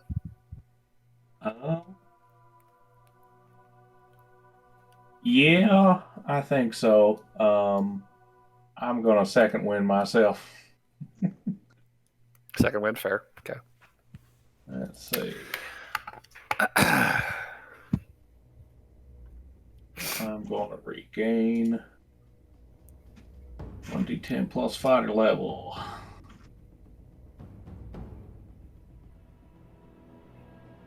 So that is going to be a whopping 9 left.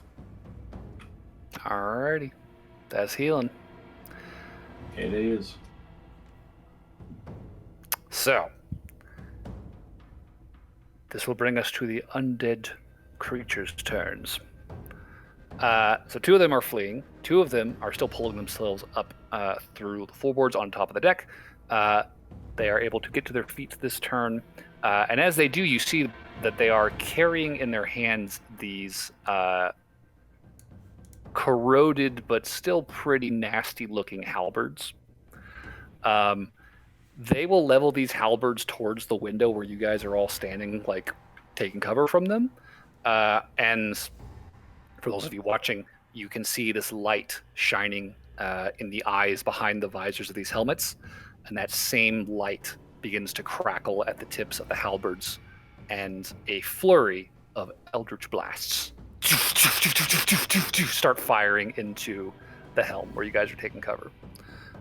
So you guys will have 3/4 cover for this because of the angle. Probably not going to hit, but we're going to try. That's definitely not hitting. That's a miss. That's a miss. That's a miss.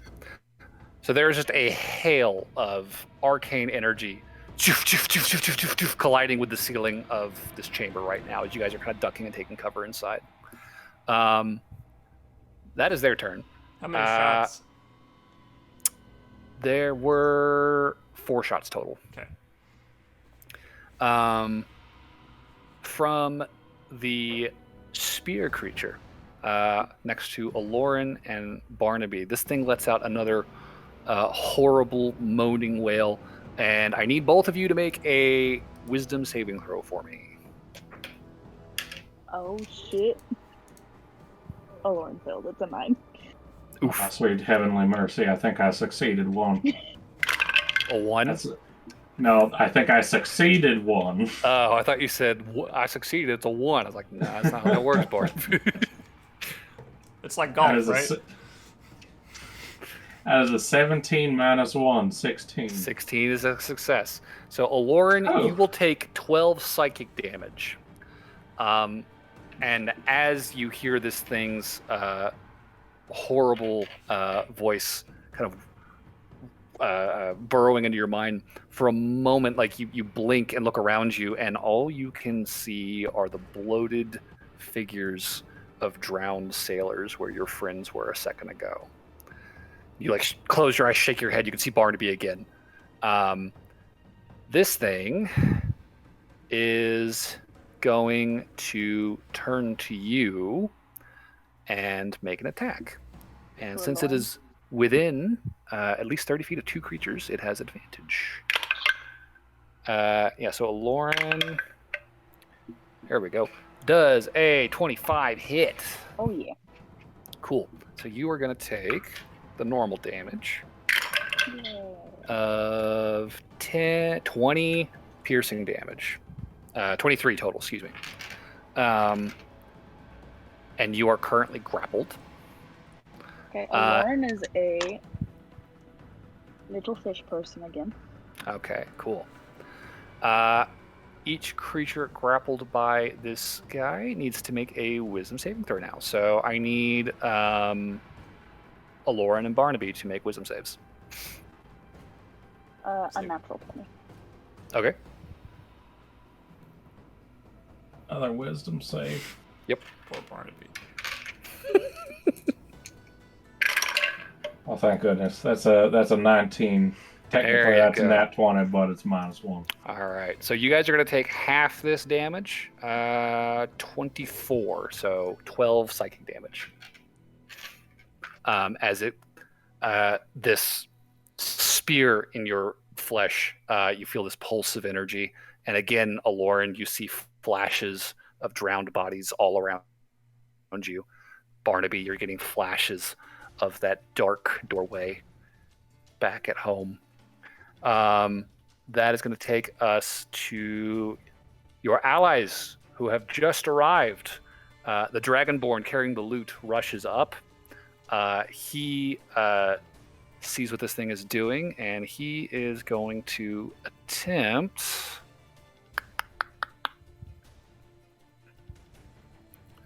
he can use this bonus action. Cool. So he is going to just kind of flick the strings of his lute with his tail, and just kind of start waving at this thing like, hey, over here, hey, look over here. So he's going to need to make a charisma save, which he succeeds. This thing does not give a shit. And he's like, son of a bitch, before he drops them both and pulls out the bow and takes a couple shots. So that's a miss. That might hit. That is a... Yes, that does hit. So he will do a little bit of damage to help. And as he looses this arrow into it, he's going to call out to you guys. You guys should really get away from that thing. That is a really horribly dangerous creature. Like, really, really need to get away sooner than later. So that'll be nice fat damage. The orc, meanwhile, runs right up next to you guys and begins hacking at it with the great axe. So that is going to be... That's a hit. And that is a miss. So that'll be... Son of a bitch. Okay. That's a decent amount of damage. So...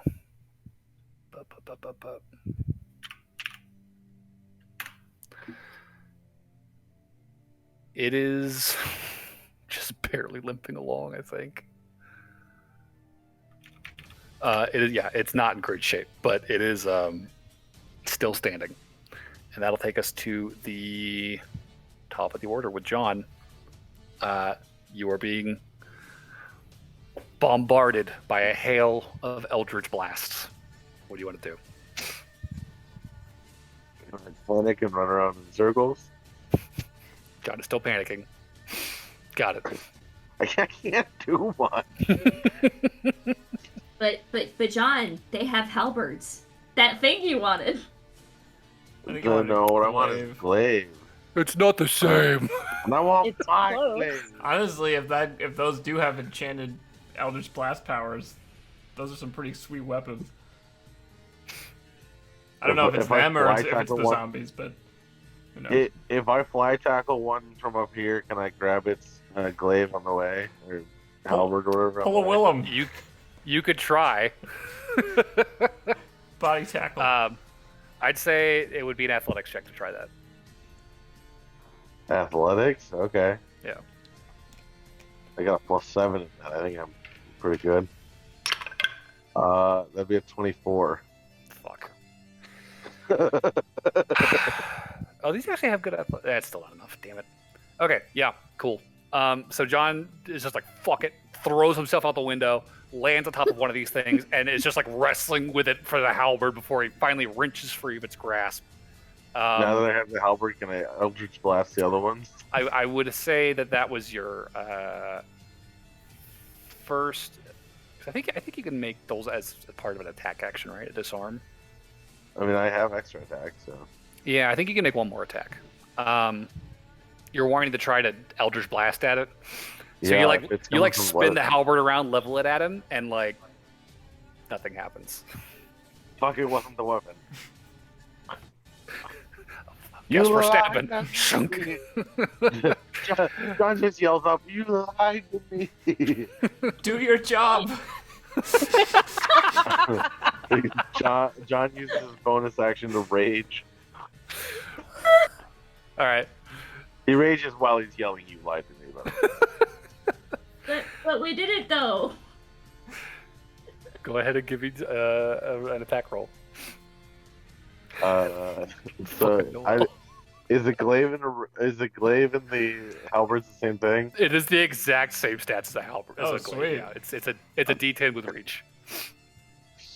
Okay. And it's I'm attacking. So I'm gonna use my reckless attack. Okay. So reckless. Yep. So it's a 14 plus 7, so it's a non-natural 20. Definitely hits. And then it's a D10 plus 4 or 6. I'm raging. Yes. That's a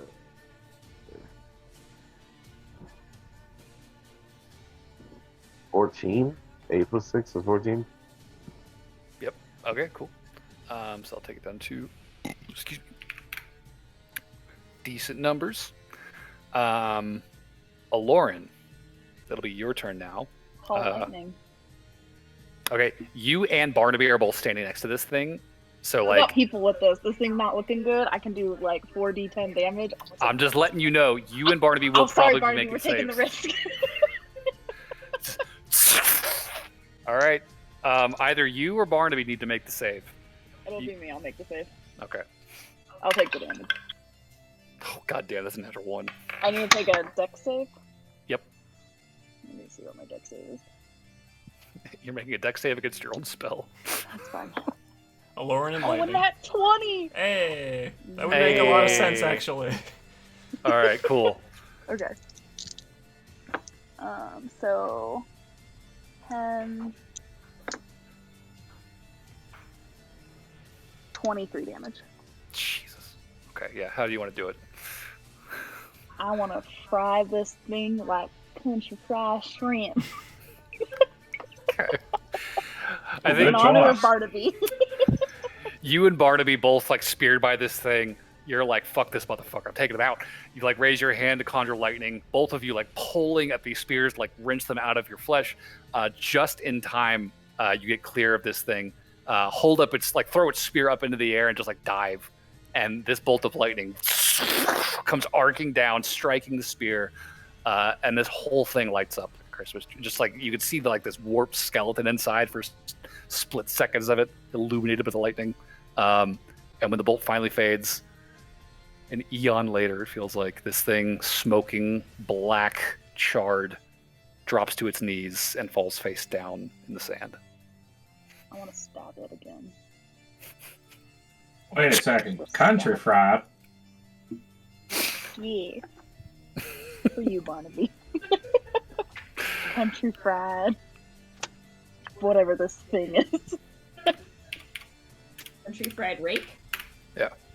Oh, do I take the damage still since... You take half damage. Okay. So 12. I guess it is got a bit of a black Cajun seasoning on it, I guess. I guess country fried can pass.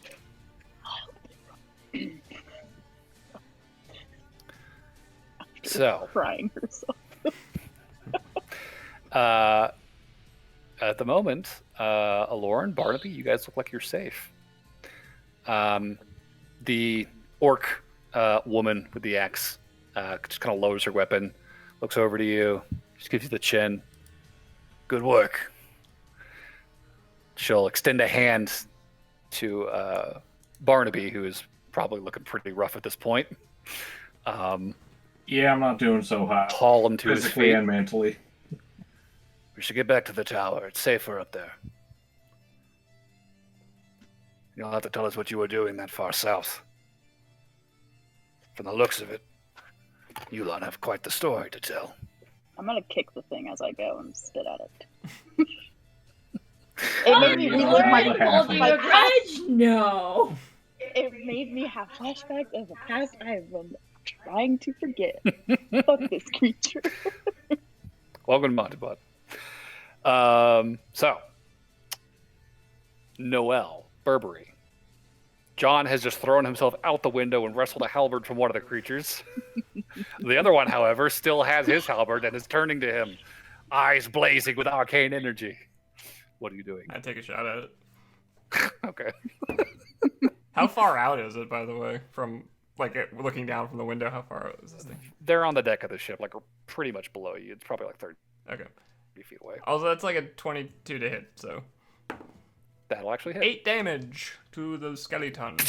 Like through like the gap in the neck and the chest plate, wedges itself in there. You hear a faint hiss from the creature. Okay, I'm gonna stay looking out the window though, just to see if any others are like coming back or anything like that, or anything else coming around. I believe with that channel divinity, they run for a minute. I don't recall correctly. I think channel divinity lasts a minute. I think if they fail, they run away for a minute straight. Yeah. So they're those guys are just gone. They booked it. Well, There's one of them is gone. One of them is just under the I'll say I'm keeping an eye out for just any, because we made a lot of noise, so just in case. Yeah. I'll stay. You are correct about the minute. Okay. Burberry is going to cast she also- Shield of Faith. Okay. On yourself or on John. on John? Is that a touch spell? Cat does not remember, so she's checking. Hold on a sec. I don't either. That's why I'm asking. No. Awesome. Cool. John, you have +2 AC. And I am not currently brave like Noel, so I'm going to duck. Okay. Got it. Is Shield of Faith a bonus action or is that an action spell? It's a bonus action. It's a bonus action, but that's I think I can only cast. You can only cast one leveled spell per. Also, they could sacred flame if they want, or no? Yeah. Sure, I'll sacred flame that. Maybe it'll get like. However, what is the save? For sacred flame? Is it Dex? Oh, it's a Dex save. Yeah, sorry. Dex save. That's 14. 18. Yeah, passes. It just hits the armor and fizzles. Yeah, these things have surprisingly decent decks for heavy armor wearers. So those are your turns. The creatures next to John, the one in front of him without the halberd is going to attempt to just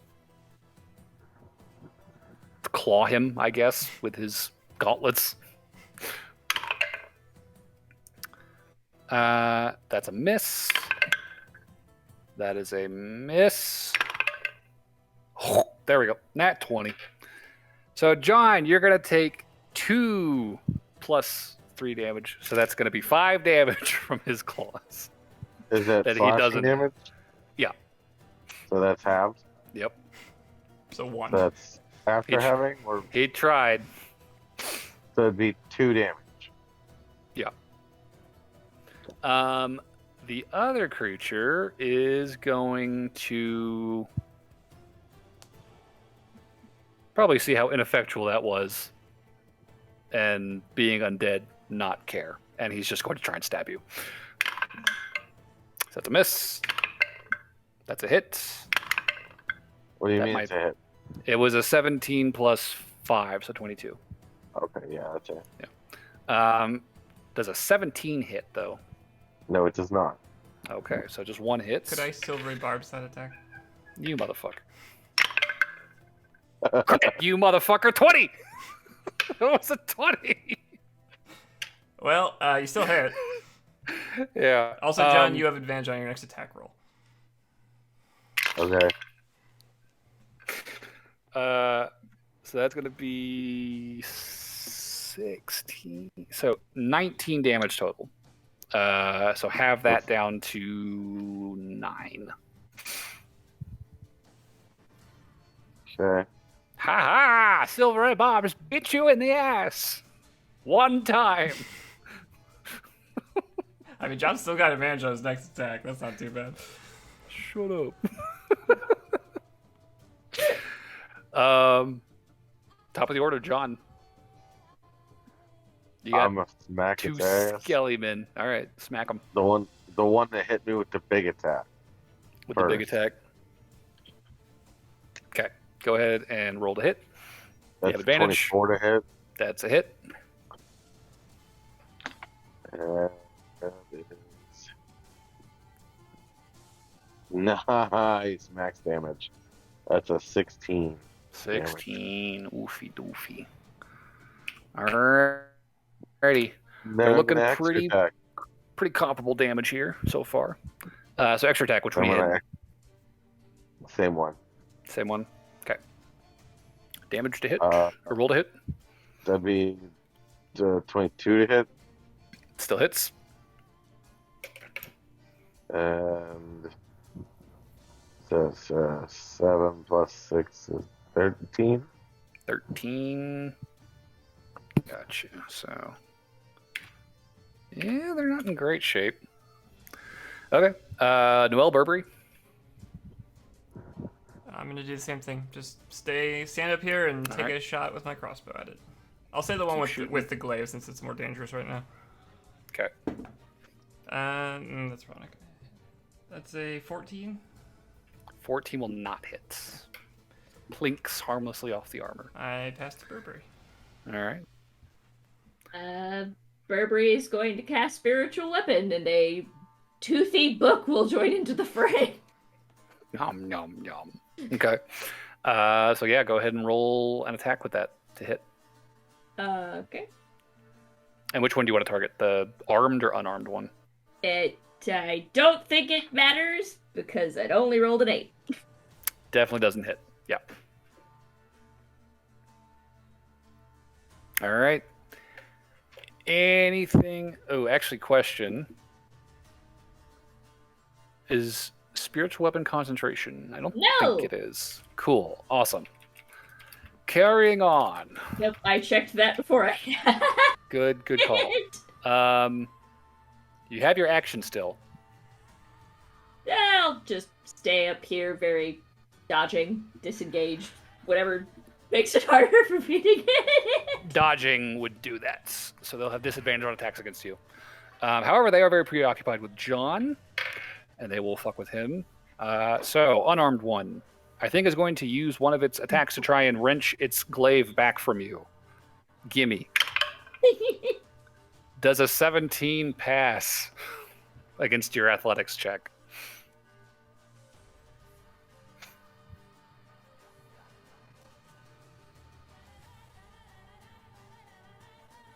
John? Uh-oh. John is I'm going to assume that's a yes. He's coming back. All right. After the game? So this guy's going to try and disarm you with his first attack. So athletics check. Okay. That is 20. Damn it. Well, he's So got- you want to have +7 for athletics. If I roll above a 10, I pretty much win most things. he can try, all right. And he will continue trying since he does not really have much else he can do with the fucking stupid claws. So second is athletics check. 19. Fucking 10. All right, final athletics check. There we go. 10. 20. He spends a full 6 seconds like wrestling back and forth with you until finally he twists, gets it out of your hand, holds up his glaive triumphantly, just in time for you to reach up and do the same to him. I'm gonna reach up, grab it, and then kick him in the crotch. Yeah, you're about to. The other guy is going to use his turn to attack you. So that's a miss. That's a miss. God damn, they are rolling dick. Get rid of this dice. Those are all misses. So top of the order, John. I'm going to grab that javelin. I'm going to kick him in the crotch, or Sparta kick him in the crotch, and take the javelin back. Okay, yeah. Go ahead and give me 2 athletics checks then. Nice. So I got a 20 and a 26. Okay. So you successfully steal the glaive back, and definitely kick him in the dick. Was that a prone or was that a 5-foot back push? That was the Sparta 5-foot kick or back kick. Okay, so you shoved him away from you. You've got the glaive. It is yours now. Okay. Noel, No, Burberry, what are you doing on your turns? Same thing as last time. Alrighty, I'm gonna aim for the one with the glaive again. gotcha. That's a lot. 20 total. Definitely hits. 5 damage. 5. He's looking rough. Okay. Definitely seen better days. And, Burberry? stay put. The book rolled a nat 1 to bite. Okay. I'll add that to that one, Callie. And we'll guiding bolt. Guiding bolt. All right. Give me a hit. I am throwing this dice in the garbage. That sucks. That's a 9. 9. Gotcha. Does Well, it hit 9? does not. No. That will take us to their turn. The guy you kicked, John, is going to try and steal his glaive back. This is the best he can do. That's a miss. I guarantee you that's 2. Okay. You had to beat an 18. 18. How's a 16 plus 7? Okay. Final attempt. That's terrible. He's not getting the glaive back. The other guy is just going to try and stab you. Hey, that's another crit. Can I roll Damn silver it. barbs on that one?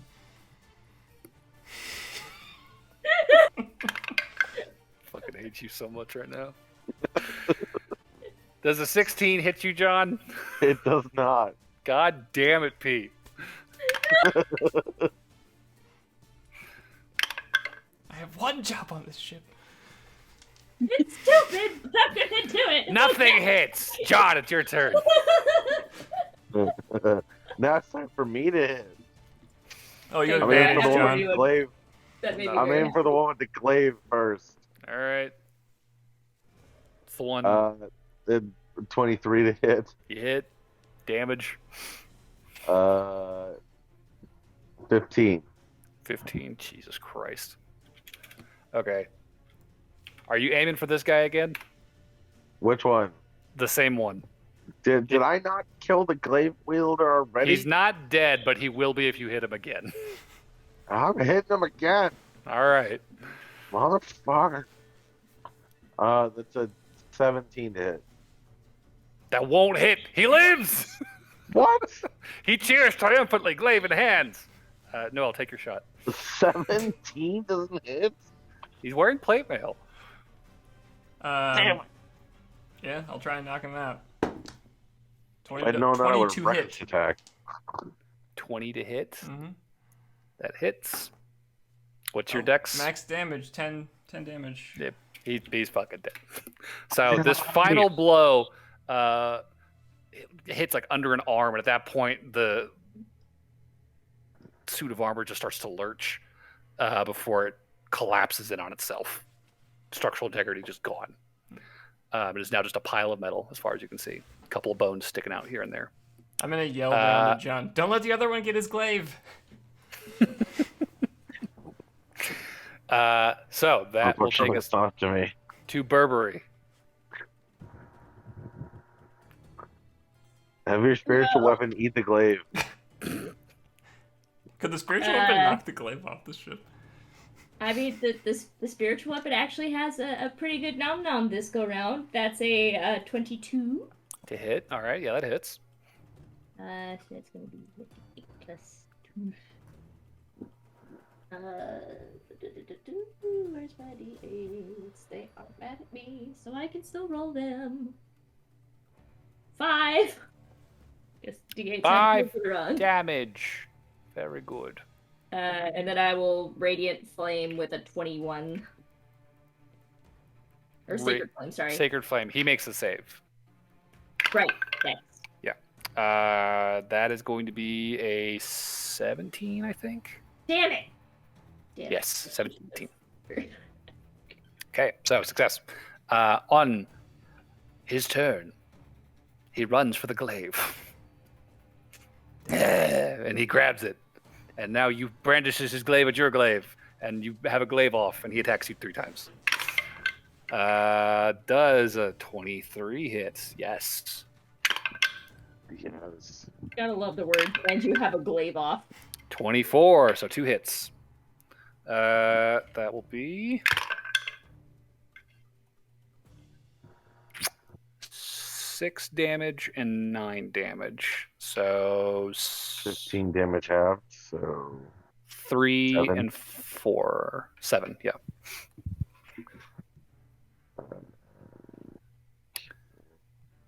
And it's your turn again. Can you kill him this round? I'm gonna beat the shit out of this guy. Can you do it? Glaive. Oh, trust me, I can do it. Because I'm gonna reckless attack. All right. I don't gotta worry as long as I kill him. It's a good strategy. That's a 23 to hit. It hits. I'm just gonna roll both of them at the same time. Yeah, that's fine. Ooh, that's damn it, math. Why is math so hard? It's an 18 plus 7. That hits. Give me the damage. Ooh, max damage and 1 less than max damage. So 16 and 15, so it's 31. That'll do it. Hey! A second Skeleman is smoten across the deck, cloven in twain by your glaive stroke. And his metallic armor just dung, dung, dung, dung, dung, dung, dung, clatters down onto the wooden deck. And for the moment, there are no other hostile creatures in sight. And I think we'll leave it off there. It is past midnight for many of our players. But good combat, good reunion, good job getting to safety for the 2 of you who did. We did it!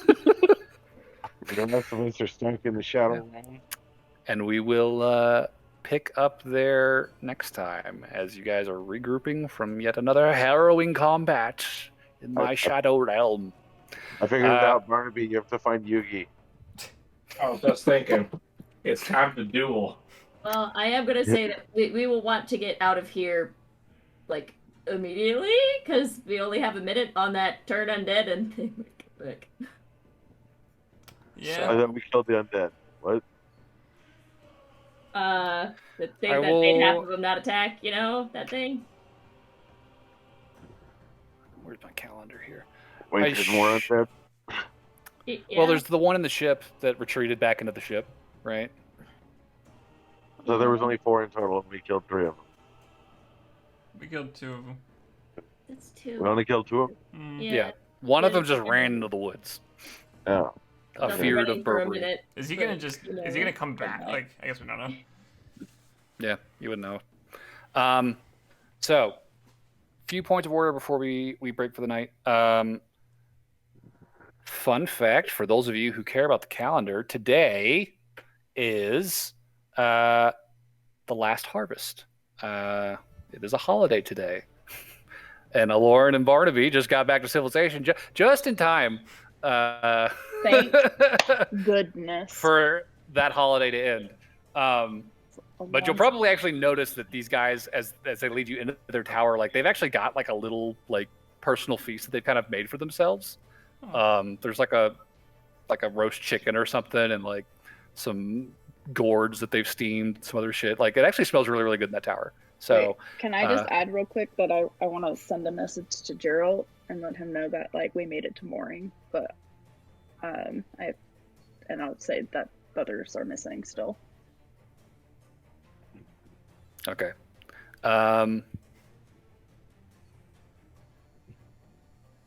Noted. Okay. Okay. Don't let me forget. I'm gonna use my sending stone every that I Well, can. you need to message Lauren and tell her we're in the Shadow Realm.